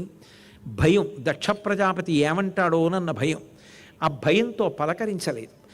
ఆమె చూసింది, పలకరిస్తాడేమోనని ప్రయత్నించింది. దక్ష ప్రజాపతి మాట్లాడలేదు. వెళ్ళి యాగంలో దక్షుడి దగ్గర నిలబడి ఒక ప్రశ్న వేసింది. పరక చితాస్తి భస్మ నృకపాల ధరుండు పరేత భూచరుండు పిశాచయుక్తుడని శర్వు నమంగళుగా తలంపలెవ్వరున్ ఒక్క నీవు తప్ప. మరి వాక్పతి ముఖ్యుల మహాత్ము పాద రేణువులు మస్తకమున దాల్పరే సమ్మతి చేత. ఆ బ్రహ్మాదులు కూడా శంకరుడి యొక్క పాదముల అడుగున ఉన్నటువంటి రేణువులు తీసుకుని తల మీద చల్లుకుంటున్నారు కదా. అంతేకాని ఆయన శ్మశానంలో ఉన్నాడు అంటున్నారు. ఆయన ఎందుకుంటున్నాడో ఏమిటో తెలిసున్న వాళ్ళు కాబట్టి ఆయన్ని పూజ చేస్తున్నారు. నువ్వెందుకు పెద్ద తెలిసున్న వాళ్ళ శంకరుణ్ణి విమర్శించి మాట్లాడుతున్నావు? నీకు తెలిసి శంకరుణ్ణి అవమానించాలని ప్రయత్నిస్తున్నావు, అది ఆయనకి అవమానం కాదు. కానీ ఒక్కటి మాత్రం నిజం, భవోనహోద్వేష్టి శివం శివేతరహ. శివుడు అంటే మంగళప్రదుడు. పరమమంగళప్రదుడై లోకములకు మంగళములు చేసేటటువంటి శివుణ్ణి ద్వేషించినటువంటి కారణం చేత నీకు అమంగళం జరుగుతుంది. ఈ యజ్ఞము మంగళప్రదంగా పూర్తి కాదు తప్ప శివుణ్ణి ద్వేషించి శివుణ్ణి నింద చేస్తే శివుడికి ఏదో అపకారం జరుగుతుంది, ఆయన స్థాయి తగ్గుతుంది, కీర్తి తగ్గుతుంది అనుకుంటున్నావేమో, అది పొరపాటు అని జనుల అజ్ఞానమునన్ భుజించిన జుగుప్సంబైన యన్నంబు సయ్యన వెళ్ళించి పవిత్రుడైన గతి అఘను ఈశ్వరున్ నిందించిన నీ తనూభవ అనంగా నోర్వ హేయభాజనమైన ఈ శరీరమున్ విడిచి భాస్వచ్యుద్ధి ప్రాపించదన్ అంది. ఇక పైన నేను ఎక్కడికైనా వెడితే దాక్షాయణి దాక్షాయణి అంటారు. నా భర్త అయినటువంటి శివుణ్ణి నింద చేసినటువంటి నీ కుమార్తెగా పిలవబడడం నాకు ఇష్టం ఉండదు. నా భర్త ఎంతో ప్రేమతో, ఆయనకి ఏ కపటం ఉండదు, దాక్షాయణి దా అని తొడ మీద కూర్చోపెట్టుకుంటాడు. కానీ ఆ పేరు పెట్టి పిలిచినప్పుడు నా భర్త నింద చేసి నిష్కారణంగా ఆయనకి అపకీర్తి తేవాలని నిరీశ్వర యాగం చేసినని నువ్వు జ్ఞాపకం రావడం నాకు ఇష్టం లేదు. కాబట్టి నీ కుమార్తె అన్న పేరుతో ఉన్న ఈ శరీరాన్ని వదిలిపెట్టిన సతీదేవిని అవుతానని తెలియక ఎంత మధుర పదార్థమైనా తినేసినటువంటి వ్యక్తి ఆఖరణ గిన్నెలో చనిపోయిన బల్లిని చూస్తే అయ్యో ఇది విషతుల్యమైన పదార్థం, నేను తినకూడదని మళ్ళీ నోట్లో వేలు పెట్టుకుని కక్కేసినట్టుగా జనుడు అజ్ఞానమునన్ భుజించిన జుగుప్సంబైన యన్నంబు సయ్యన వెళ్ళించి పవిత్రుడైన గతి గను మహాత్ము నిందించిన నీ తనూభవయనంగా నోర్వ. నీ కుమార్తెగా ఉండడానికి ఇష్టపడను. హేయభాజనమైన ఈ శరీరమున్ విడిచి భాస్వచ్యుద్ధి ప్రాపించదన్. ఈ శరీరాన్ని విడిచిపెట్టేస్తున్నానని యోగాగ్నిని రగల్చి అందులో శరీరాన్ని వదిలిపెట్టేసింది. వదిలిపెట్టేస్తే ప్రమదగణాలన్నీ కూడా దక్ష ప్రజాపతి మీద పడ్డాయి. ఆ దక్ష ప్రజాపతిని సమర్థించాలి, శివుణ్ణి ద్వేషించాలని కోరిక కలిగినటువంటి భృగువు అభిచార హోమం చేసి భూలనేటటువంటి దేవతల్ని పుట్టించి ప్రమదగణాలని తరిమి కొట్టాడు. నారద మహర్షి గబగబా కైలాసానికి వెళ్ళి గొప్ప ఉపద్రవం ఏర్పడింది. సాక్షాత్ సతీదేవిగా మహాతల్లి దాక్షాయణి శరీరాన్ని విడిచిపెట్టేసింది. శంకర, ఇవాళ ఆ ప్రమదగణాలన్నింటినీ కూడా బుభువు చేసిన ఆ బుభువులనబడేటటువంటి దేవతలు తరిమి కొడితే కైలాసానికి తిరిగి వచ్చేస్తున్నారు. ఇది జరిగిందన్నారు. అప్పటి వరకు ఆయన శివుడిగా ప్రశాంతంగా కూర్చున్నాడు. ఆయన రుద్రుణ్ణి చెయ్యాలి, అదే ఆవిడ కోరిక. మీకు చెప్పాగా, శివా విశ్వస్య భేషజీ, శివా రుద్రస్య భేషజీ. ఇప్పుడు ఆమె శివుణ్ణి రుద్రుణ్ణి చేసింది. ఆయన వెంటనే లేచాడు. ఆద్యుండుగ్రుడు నీలకంఠుడిబ దైత్యారాతి దష్టోష్టుడై ఆజ్యద్భౌరి మృగేంద్ర ఘోషమున భీమ ప్రక్రియన్నవ్వుచున్ విద్యుద్వహ్ని శిఖా సముచ్చయ రుచిన్ వెల్గొందు చెంచెజ్జటన్ సద్యక్రోధముతోడ పూంచి వైచన్ క్షమాచక్ర మధ్యంబునన్. బంగారు రంగుతో వెలిగిపోతున్నటువంటి ఆ జటలతో కూడుకున్నవాడు ఒక్కసారి పైకి లేచాడు. ఉగ్రస్వరూపంతో భయంకరంగా ఒక సింహం గర్జించినట్టుగా గర్జించాడు. గర్జించి శిరస్సులోంచి ఒక జటని పెకలించి ఆ కైలాస పర్వతం మధ్యలో వేసి కొట్టాడు. కొట్టేటప్పటికి అందులోంచి ఒక భయంకరమైనటువంటి రూపం ఆవిర్భవించింది. అభ్రంలిహాదభ్ర విభ్రమ బ్రభ్రమ కృన్నీల దీర్ఘ శరీరమర ప్రజ్వలజ్వలన దీప్త జ్వాలికా జ్వాల జజ్వల్యమాన కేశములు మెరయ జండ దిగ్వేదండ శుంఠాప దుర్దండ సహస్రద్యుతిహేతి సంఘమొప్ప వీక్షణత్రయలోక వీక్షణజ్యుతిలోక వీక్షణతతి దుర్నిరీక్షమగుచు గ్రకచ కఠిన కరాళ దంస్ట్రలు వెలుంగ ఘన కపాలాస్తి మాలికలు దనర అఖిలలోక భయంకరుండగుచు వీరభద్రుడు దయించమారట రుద్రుడగుచు అన్నారు పోతన గారు. ఒక భయంకరమైన స్వరూపం భూమి నుంచి ఆకాశం వరకు పుట్టింది. నల్లటి రూపంతో ఉండి తల మీద మంటలు మండుతున్నాయా అన్న వెంట్రుకలతోటి అనంతమైన బాహువులు, దిగ్గజముల యొక్క తొండములు ఎట్లా ఉంటాయో అటువంటి బాహువులుండి బాహువుల నిండా ఆయుధాలతో పుట్టి శంకరుడికి ప్రదక్షిణం చేసి తండ్రి ఆజ్ఞ అన్నాడు. దక్షయజ్ఞాన్ని ధ్వంసం చెయ్యి అన్నాడు. వెనగానే గణాల్ని తీసుకుని బయలుదేరి వెళ్ళి ఆ పార్వతీదేవి శరీరాన్ని వదిలిపెడుతున్నప్పుడు, దక్ష ప్రజాపతి శపిస్తున్నప్పుడు కన్ను గీటినటువంటి భగుని యొక్క కళ్ళు పీకేశాడు నందీశ్వరుడు. భృగువు యొక్క గడ్డాలు మీసాలు నెత్తురు కారేటట్టుగా పీకేశాడు వీరభద్రుడు. అలాగే పూష అనబడేటటువంటి సూర్యనారాయణ స్వరూపానికి ఉన్నటువంటి దంతాల్ని పీకేశాడు మహానుభావుడైనటువంటి చండీశ్వరుడు. యజ్ఞ ధ్వంసం అయిపోయిన తర్వాత వీరభద్రుడు ఆ దక్ష ప్రజాపతిని నేల మీద పడేసి మంత్రపూతమైన శరీరం కత్తి చేత నరకబడలేదని కంఠం మీద కాలు పెట్టి తొక్కి శిరస్సుని గిరగిరా తిప్పి తుంపి తీసి అగ్నిహోత్రమునందు పారేశాడు. దక్షయజ్ఞ ధ్వంసం అయిపోయింది తండ్రి అని వెళ్ళి చెప్పారు. చెప్పిన తర్వాత బ్రహ్మాదులు వచ్చి శంకరుడితో మీకు పరాచికాలు ఏమిట్రా, మహానుభావుడైన దయాస్వరూపుడు, ఆయన్ని రుద్రుణ్ణి చేసింది అమ్మవారు, లోకాలు తప్పు మార్గంలో ప్రయాణించకుండా సన్మార్గంలో పెట్టింది. ఇప్పటికైనా ఆయన దగ్గరికి వెళ్ళి ఆయన పాదాల మీద పడండి. కారుణ్యమృతవర్షిణం ఘన విపద్గ్రీష్మచ్చిదాకర్మటం విద్యాసస్య ఫలోదయాయ సుమన సంసేవ్యమిచ్ఛాకృతిం నృత్యద్భక్త మయూరమద్రినిలయం చెంచజ్జటామండలం శంభో వంచతి నీలకందర సదా తమ్మే మనశ్చాతక అంటారు.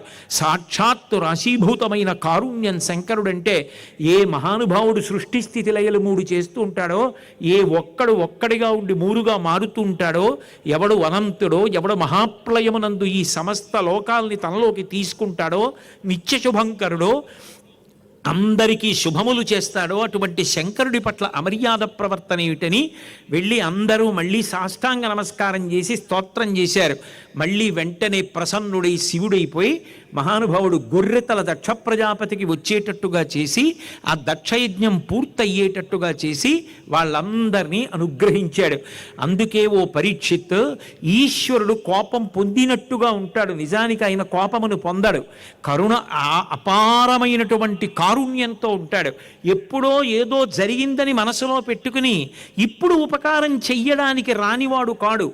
ఎంత తప్పు చేసిన వాడైనా మనసు మారి భగవంతుని వైపుకి తిరిగి పిలిస్తే చాలు పరిగెత్తుకొచ్చి రక్షించేటటువంటి లక్షణం ఉన్నవాడు.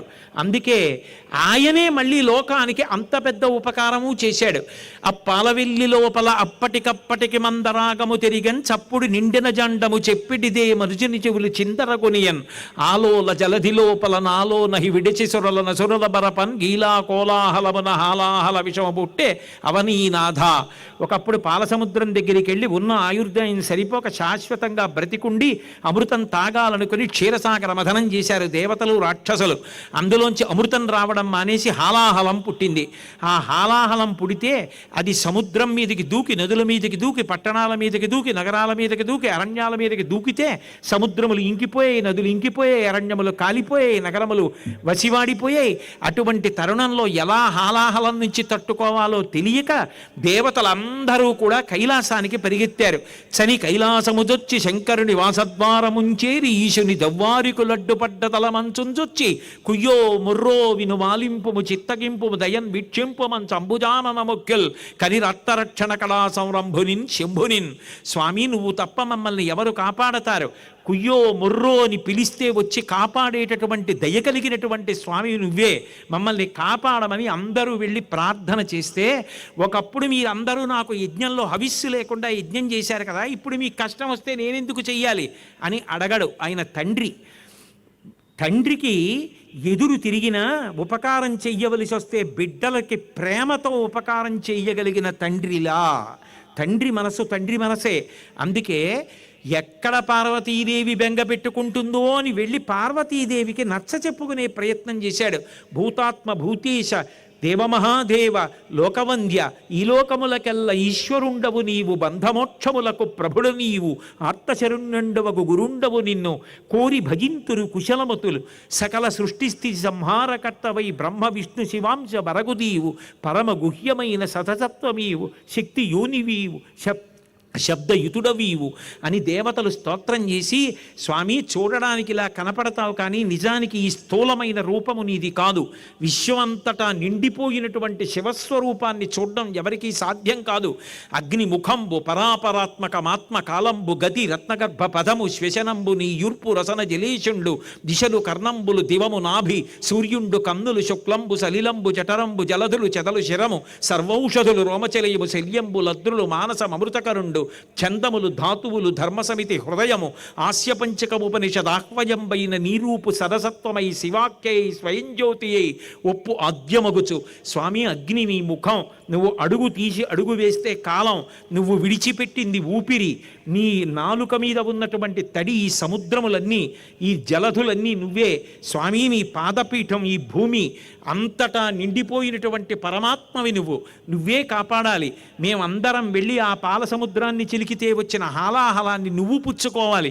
లంపటము నివారింపను సంపద కృప చెయ్య జయము సంపాదింపన్ చంపెడి వారి వధింపను సోంపారగ నీకే చెల్లు సోమార్ధధరా.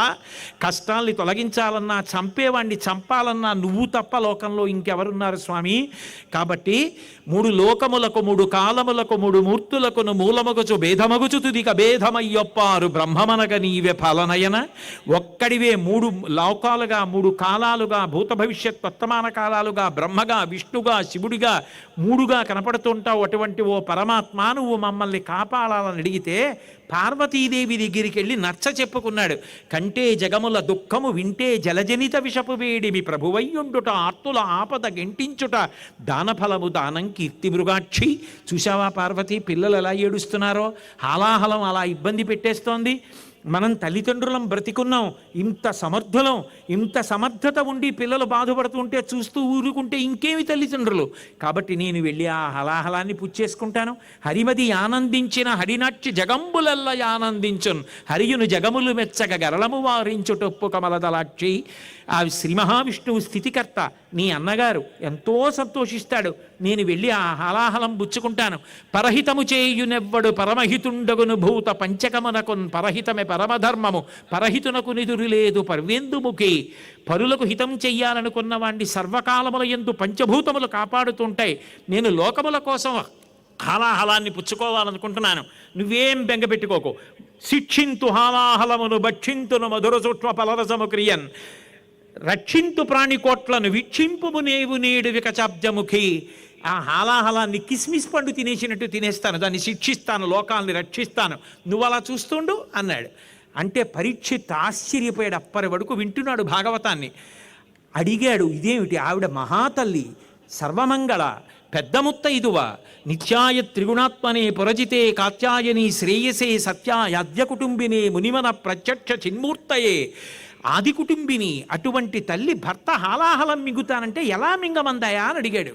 అడిగితే శుకబ్రహ్మ మాట్లాడుతూ, మృంగిడివాడు విభుండని మృంగిడిదియు గరళమనియు మేలని ప్రజకొన్ మృంగమనే సర్వమంగళ మంగళసూత్రమ్మునెంతమది నమ్మినదో. ఆవిడ మింగుతున్నవాడు తన భర్త శివుడని తెలుసు, మింగుతున్నది గరళమని తెలుసు, లోకం కోసం మింగుతున్నాడని తెలుసు. ఎందుకు మింగమందో తెలుసా? లోకంలో అందరి మెడలలో ఉన్న మంగళసూత్రాల్ని రక్షించగలిగిన సర్వమంగళాశక్తిని నేను వాళ్ళ మంగళసూత్రాలకి ఆవహింపబడి రక్షిస్తుంటే, సాక్షాత్తు సర్వమంగళనైన నా మెడలో మంగళసూత్రం కట్టిన శంకరుడు హాలాహలం పుచ్చుకుంటే మాత్రమే అవుతుంది, ఏమవుదని పుచ్చేసుకోమంది అన్నారు. ఆయన తన చుట్టూన్ చొరసంఘముల్ జయధ్వానంబులన్ బొబ్బిడన్ ఘనగంభీర రవంబుతో శివుడు లోకద్రోహి హుంపోకు రమ్మని కెంగేల తమల్చి కూర్చి కడిగా నంకించి జంబూఫలమున సర్వంకషమున్ మహావిషమును ఆహారించే హెలాగతిన్. అందరూ భయపడి పారిపోతుంటే శంకరుడు మాత్రం ఎదురెళ్ళి, ఎక్కడికి పోతావే హాలాహలమా, రమ్మని దగ్గరికి తీసుకుని చేతిలో పట్టుకుని ముద్ద చేసి కబళంగా చేసుకుని నోట్లో పెట్టుకుంటున్నాడు. కదలంబారవు పాప పేరు ఉడలన్ ఘర్మాంబుదాలంబు పుట్టదు నేత్రంబులు నెర్రబారవు నిజ జూటా చంద్రుడున్ కందడున్ వదనాంభోజము వాడదా విషమును ఆహ్వానించుతో డాయిచో పదిలంబై కడిచేయుచో దిగుచుతో భక్షించుతో మృగుచో. ఆఖరికి అగ్నిహోత్రం చూసే భయపడిపోయేటటువంటి పాములు ఆయన మెడలో చేతులకి ఉన్న ఆయన అగ్నిస్వరూపమైన హాలాహలాన్ని పట్టుకుంటుంటే ఒక్కటి జారి పడిపోలేదు, చందమామ కందిపోలేదు, ఒంటి మీద పొక్కు రాలేదు, వేడెక్కలేదు. ఆయనని ఆశ్రయించి ఉండగా ఎవరికి ఏ బాధ లేదు. అందుకే అది తీసుకున్నాడు, కడిచేశాడు, నోట్లో పెట్టుకుని మింగబోయాడు. ఉదరము లోకంబులకును సదనంబకు టెరిగి శివుడు చటుల విషాగ్నిన్ కుదురుకొనే కంఠబిలమున పదిరంబుగా నిలిపే సూక్ష్మ ఫలరసము క్రియన్. మింగేస్తే కడుపులో ఉన్న లోకాలన్నీ కాలిపోతాయని మింగకుండా కంఠంలోనే పెట్టేసుకున్నాడు. హరుడు గళమునందు హాలాహలము బెట్ట కప్పు కడిగి తడపు కరడు నెప్పే సాధురక్షణంబె సజ్జనులకు నిన్న భూషణంబు కాది భూవరీంద్ర అంటాడు పరీక్షిత్తుతో మాట్లాడుతూ. మహాత్మ మహాత్ములైనటువంటి వాళ్ళు మచ్చ వచ్చేటట్టుగా ఆ హాలాహలాన్ని శంకరుడు పెట్టుకున్నా నిజానికి మహాత్ములకు మచ్చ వచ్చినట్టు కనపడినా ఆ మచ్చ వాళ్ళకి భూషణమే తప్ప అది వాళ్ళకి నిజానికి మచ్చ కాదు. తెల్లని శంకరుడికి నల్లటి మచ్చ వచ్చింది కంఠంలో పెట్టుకుంటే, తెల్లటి వాళ్ళు మచ్చలు రావాలని కోరుకోరు, అలాగే ఉండాలని కోరుకుంటారు. కానీ శంకరుడు లోకరక్షణ కోసం మచ్చ తెచ్చుకున్నాడు కంఠం మీద. ఎంతటి మహానుభావుడు! నిజానికి అందరూ కలిసి నిరీశ్వర యాగం చేసిన నాడు ఆ తల్లి ఏం చేసింది? ఆయన్ని రుద్రుడిగా మార్చి లోకానికి పాఠం చెప్పించింది. ఆ తల్లే లోకాలన్నీ కష్టంలో ఉన్నప్పుడు ఏం చేసింది? శివుడిగా మార్చి హాలాహలం పుచ్చుకోండి అని పుచ్చుకునేటట్టు చేసి లోకాలని కాపాడింది. భగవంతుని యొక్క గొప్పతనం ఏమిటంటే రాశీభూతమైనటువంటి కారుణ్యం. వేదంలో చెప్పబడినటువంటి శివా విశ్వస్య భేషజీ, శివా రుద్రస్య భేషజీ. ఆయనకి కోపం ఆవిడ ఎందుకు తెప్పిస్తుంది అంటే లోకమంతా గతి తప్పిపోతే మళ్ళీ వాళ్ళని ధర్మపదంలో నడిపించడానికి కోపం వచ్చేటట్టుగా చేస్తుంది తప్ప నిజానికి పరమాత్మ కోపమునకు వశపడేవాడు కాడు. ఆయన ఎప్పుడూ సదాశివుడే. భగవంతుని యొక్క తత్వం అలా ఉంటుందయా. అటువంటి భగవంతుని యొక్క కథలు వినడం కన్నా జీవితానికి ఆనందమే ఉంటుంది. ఈ 7 రోజులు భగవంతుని యొక్క కథా సుధా రసాన్ని గ్రోలి పునర్జన్మలేని స్థితిని పొందుదువి కానివని పరీక్షిత్తుకి మంగళవాక్యం పలికి శుకబ్రహ్మ మిగిలిన కథని రేపటి రోజు సాయంకాలం పెద్దలు కార్యకర్తలు ఏ సమయానికి ప్రారంభం అవుతుందని చెప్తారో ఆ సమయానికి ప్రారంభమైనప్పుడు భాగవతాంతర్గతంగా నా చేత పరమాత్మ ఏది పలికిస్తే అది పలుకుతానని మనవి చేస్తూ ఇవాళకి ఇక్కడ వరకు ప్రవచనాన్ని పూర్తి చేసి సెలవు తీసుకుంటున్నాను.